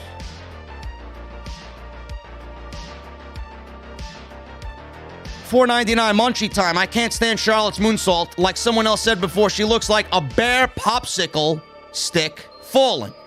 Needs to remove it from her moveset. Charlotte's moonsault is the worst in the business, man. Ty Sloan with a $1.99 super chat. Thoughts on 3 Doors Down and 3 Days Grace? 3 Doors Down. What are they, like a 3-hit wonder? And 3 Days Grace? I've never listened to one song by 3 Days Grace, bro. And I probably will never listen to a song by 3 Days Grace. Mr. Damaco Endurance. $2.99 super chat. Change name to Charlotte Disappear. Where'd she go? Mike Figueroa Jr. with a $5 super chat. How does Asuka go undefeated for almost 2 years in NXT and Triple H and goes to the main roster and gets treated this way? Something has to change. Yeah, that thing that needs to change is Bruce and Vince. They need to get the fuck out of here, man. Coiled Phoenix with a $50 super chat. I know when it comes to the women's tag team, we can all care less because of how terrible the idea is, but why didn't WWE just wait till Backlash to give us new champions and at least try to give it some more of meaning? Or am I just a goon for wishing?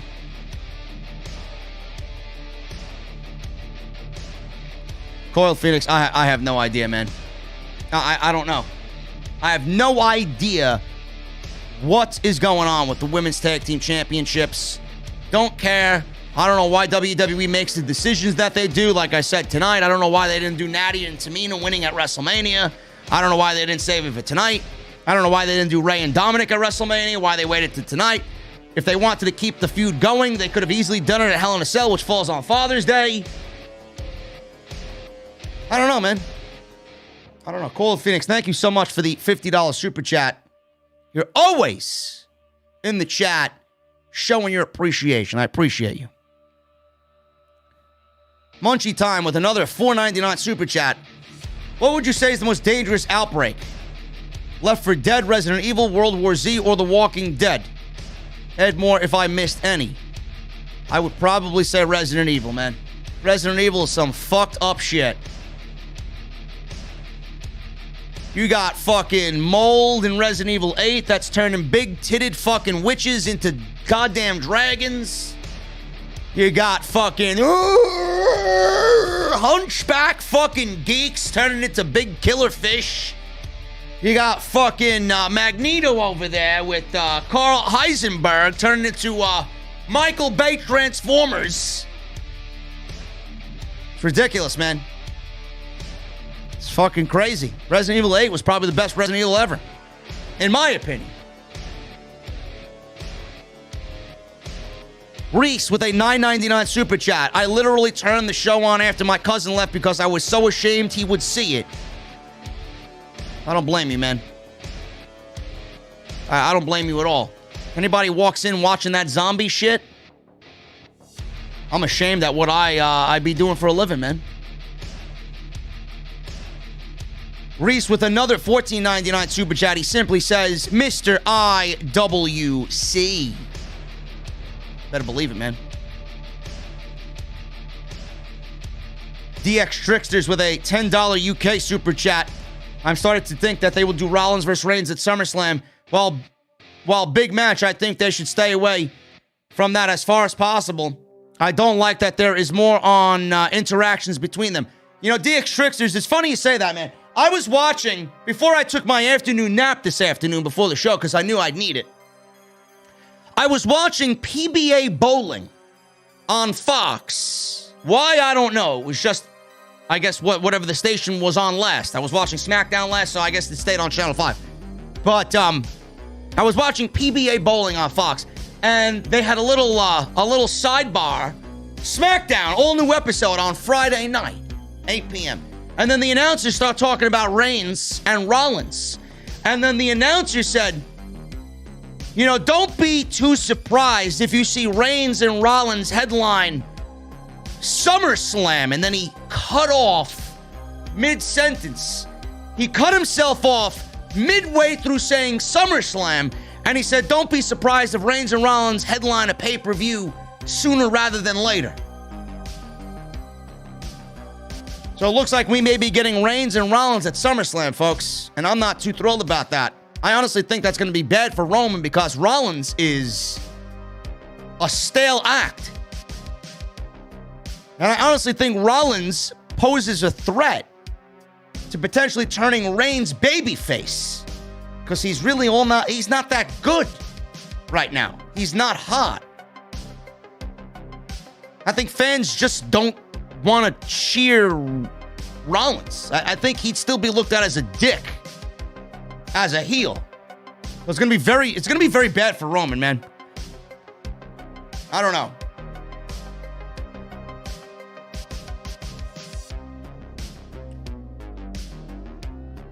Just saw a huge tease for Rhea and Charlotte for Hell in a Cell.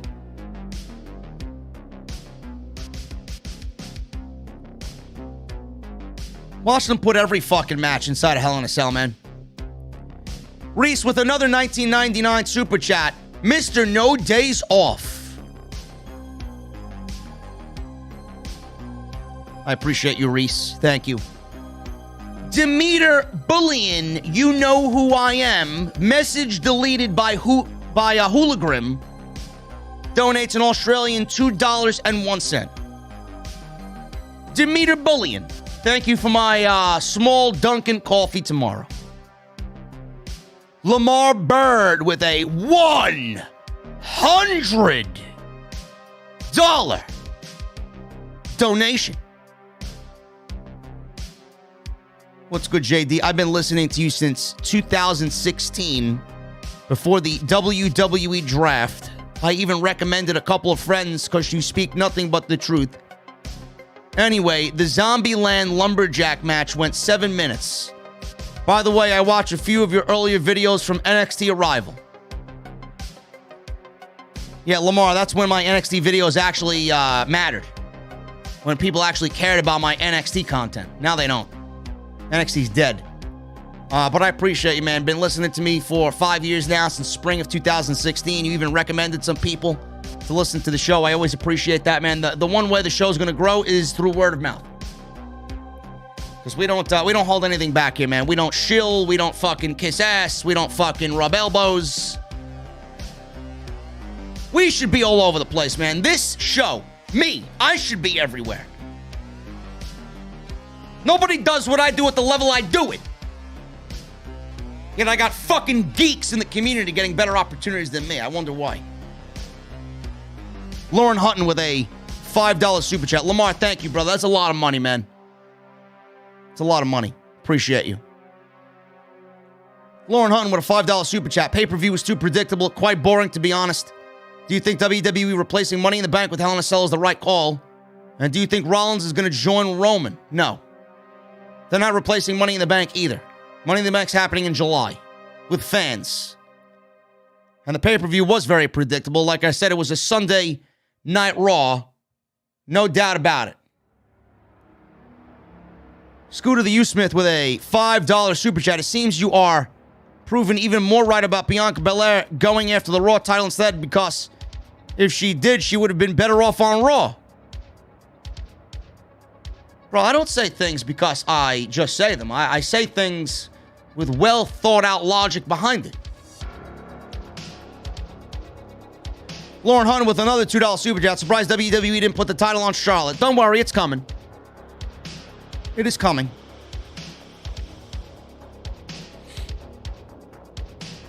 Ali with a $4.99 super chat. JD, you ain't racist at all. Just speaking your facts 100%. I agree with you. Don't let anyone talk bad about you or what you do. I appreciate you, Ali. Thank you, man. Scooter with another $5 super chat. I'm probably one of the biggest Bianca Belair fans and supporters as you are to Sasha, but since she's been on SmackDown, I have to say she's been boring. Just creative, man.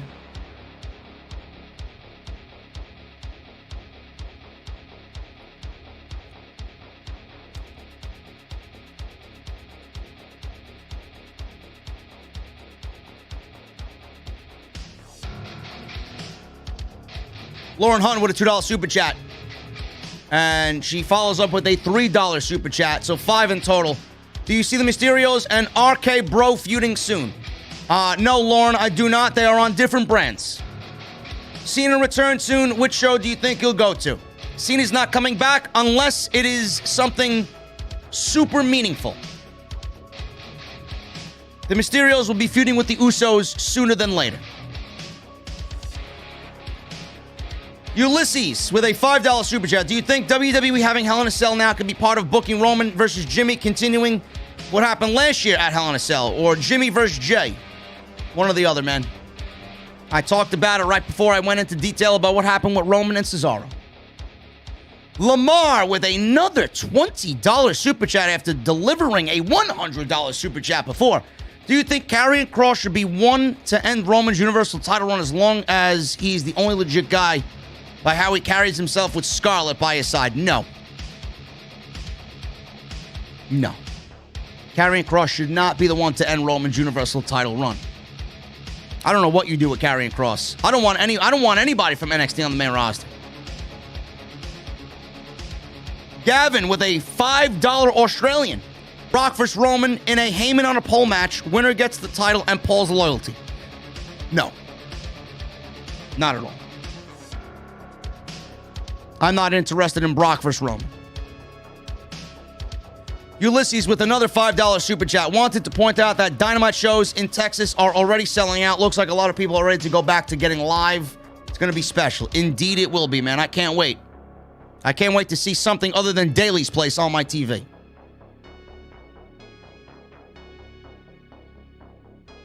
Joseph King with a $5 super chat. My top 3 favorite wrestlers right now: Roman Reigns, Nick Aldis, and Roosh.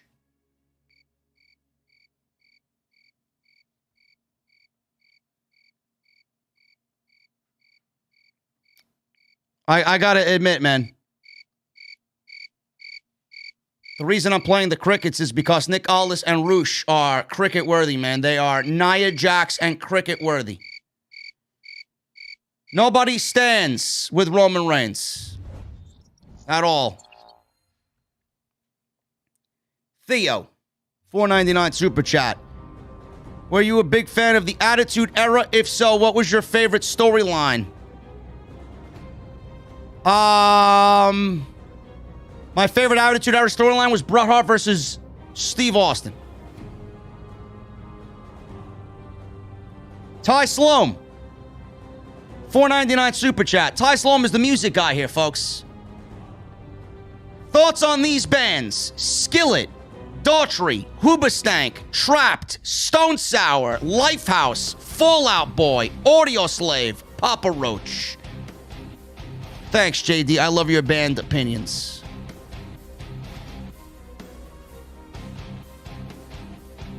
Bro, who listens to Chris Daughtry, man? You know who listens to Chris Daughtry? Single mothers who are longing for a relationship after their failed 40-year marriage. Skillet? Skillet sucks, man. Skillet is the type of band you listen to when you go to Hot Topic and you're fucking shopping for a goddamn Funko Pop that you think they'll have, but they don't have anything but fucking Disney Funko Pops.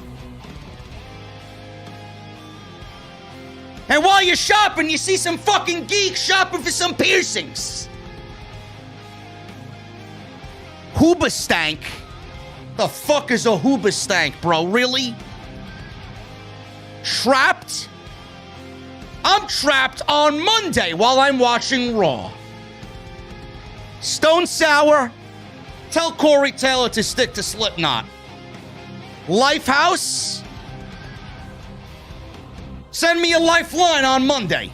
Fallout Boy. Do I look like a fucking 13-year-old teenage girl that wears black eyeliner and hates her life? Audio Slave. Pretty much Rage Against the Machine, minus, what's-his-face singing. And Papa Roach. I got a guilty pleasure with Papa Roach, man. Papa Roach is a good band. Darius, listen, you know, Ty... Go listen to fucking Alter Bridge, okay? Just end your misery, man. Why are you listening to these shit bands? Go listen to Miles, bro. That's all you need. Miles Kennedy, that's it.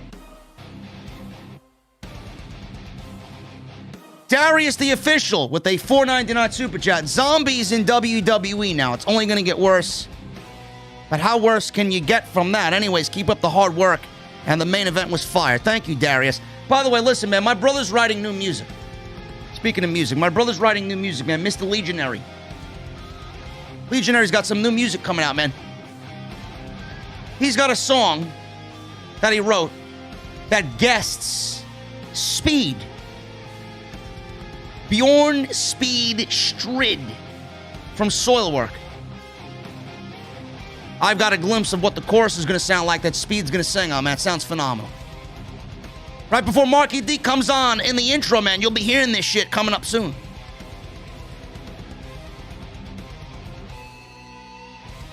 Yeah, Trivium's another one, man. Go listen to Trivium's last album. What the Dead Men Say. What the fuck you listening to? What the fuck is a Hoobastank, bro? Jesus Christ.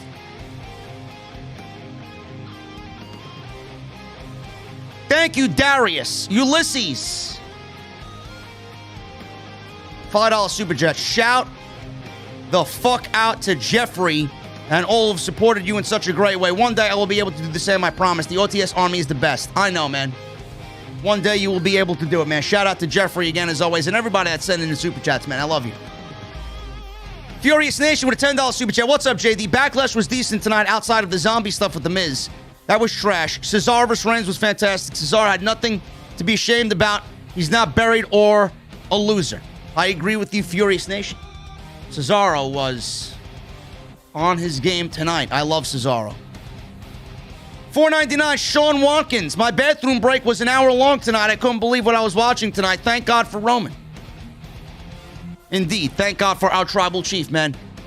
I don't even want to know what SmackDown would look like if Roman wasn't around, man. Shayla, 810 with a $10 super chat. You always put out a great show. Always nice to meet a fellow tribal chief fan. Roman Reigns is fucking the best at what he does right now.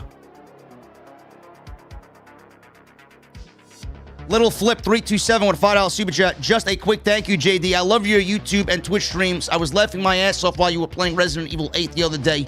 OTS for life.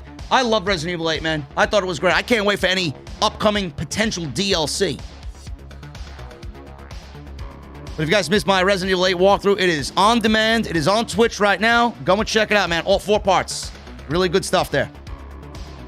Robert Chester with a $5 super chat. JD, you can call this Sunday Night Raw.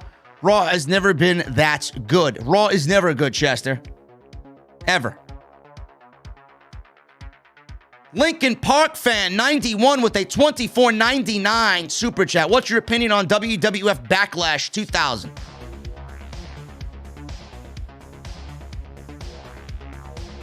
I gotta go look up what the fuck was on the show, man.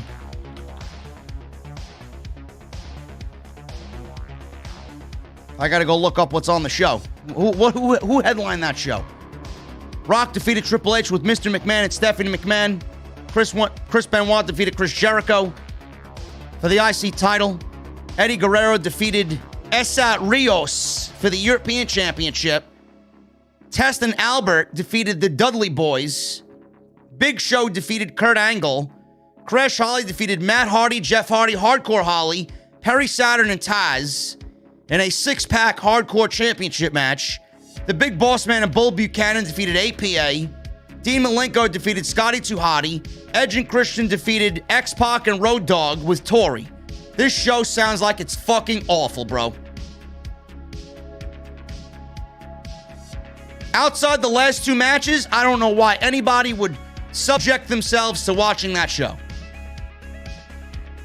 Awful. Thank you, Lincoln Park, for the $25 super chat. JD23 with a $4.99 between The Fiend and Alexa Bliss doing black magic and zombies as lumberjacks tonight. Where does WWE get these ridiculous ideas from? Bruce Pritchard. I'm sorry, Hulu Grim. Did I pronounce it wrong? Essa Rios? Essa Rios. I'm sorry. You look at it and say, who?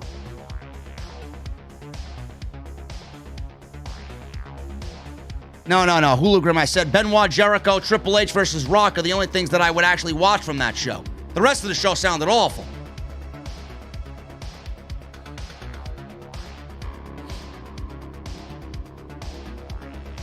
Lauren Hutton with a $3 super chat. Favorite Backlash of all time? Mine are 04, 06, 07, 08, 09. I don't have a favorite Backlash.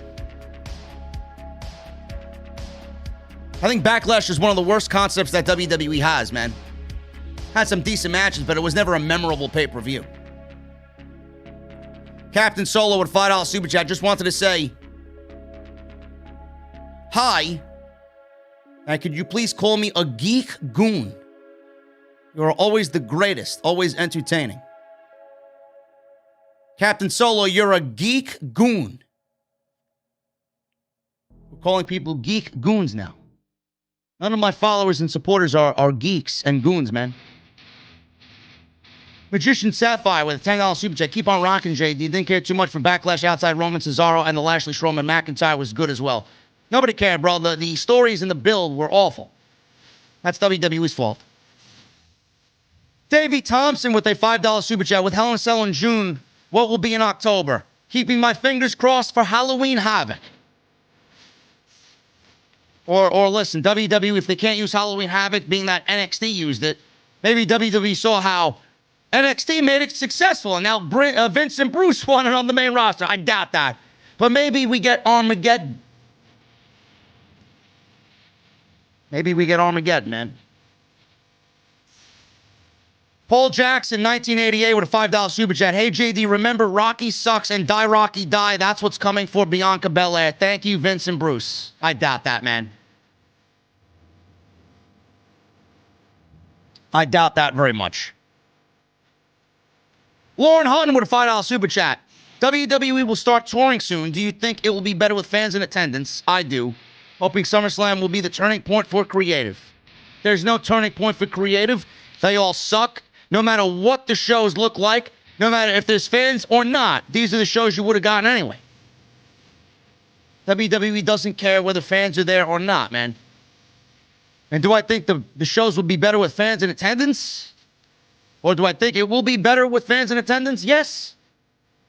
Because fans are going to tell WWE what's wrong, what's right, what sucks, what they like, what they don't like. Right now, they don't have that. Right now, they're living in their own bubble. Captain Solo, $2 Super Chat. Did you ever like Disturbed? Yes, I do. I think Disturbed is very, very good. Lauren Hunter with a $4 Super Chat. Favorite Alter Bridge songs? Rise Today and Metalingus. Neither one of those are my favorite songs. My favorite song, if you know me, should be very easy if you talk about Alter Bridge, man. I'm very disappointed you don't know this. My favorite Alter Bridge songs are Blackbird, The Last Hero, and Fortress. Lauren Hutton, also with a $2 Super Chat. Meaningful storyline if Cena will return. Would you do Chasing Number 17? Israel with a $5 Super Chat. Acknowledge him, damn it. And you ain't a resist man. I'm glad that I missed that awful zombie segment. Or whatever it was. I fell asleep for a second. Bro, you fell asleep during the zombie segment? I was fucking seething with anger. Rick Myers with a $5 Super Chat. I am black. Guess I am racist because I said the same thing regarding Bianca Belair. She just needs some more polish in the ring and especially on the mic. Bro, you ain't racist if you said that about Bianca Belair, man. These people are a bunch of millennial fucktards. That's what they are. Do you like Phil Collins? And thoughts on Korn? Do I like Phil Collins? Of course I like Phil Collins, man. I grew up with fucking Phil Collins. My dad got me raised on Phil Collins, man. Thoughts on Korn? And do you like Papa Roach's new music or old? Thoughts on rappers rapping over rock music in 2021? Bro, listen, the only rap rock band that I've ever liked was Stuck Mojo. That was it. Go look up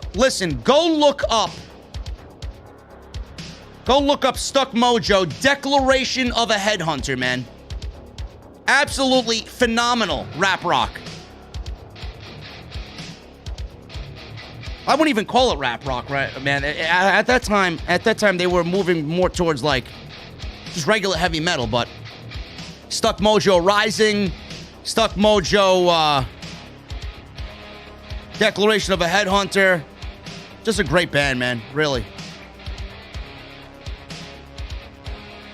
Korn, to me, listen, man, I was never a big Korn guy. I thought Korn was very overrated. My favorite Korn album was Follow the Leader. And I prefer Papa Roach's old music compared to their new music, man.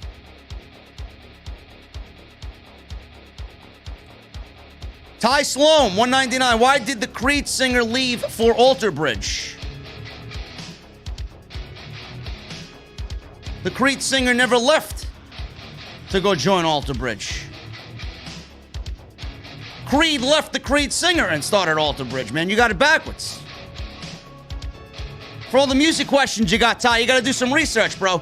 Mark Tremonti and the rest of the band left Creed and hired Miles Kennedy. That's what happened. Edgar Estrada with a $50 super chat. I need to get some sleep so you can please get off my phone, bro. You need to get some sleep and you're telling me to get off your phone, bro? Don't let me sick Jesse on you, man.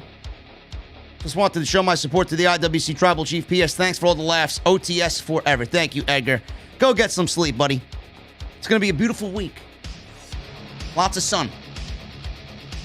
Issa, the NYC Demon Diva, is in the chat. My ovaries acknowledge Roman Reigns tonight with the $2.99 super chat.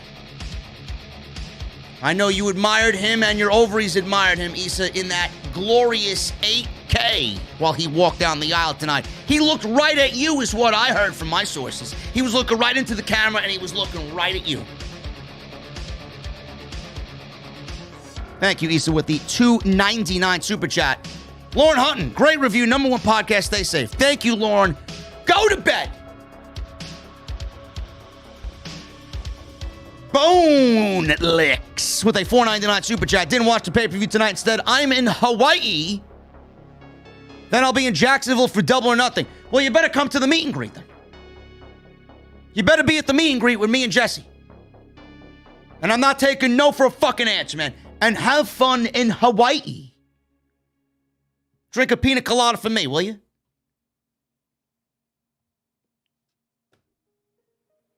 That's about it, guys.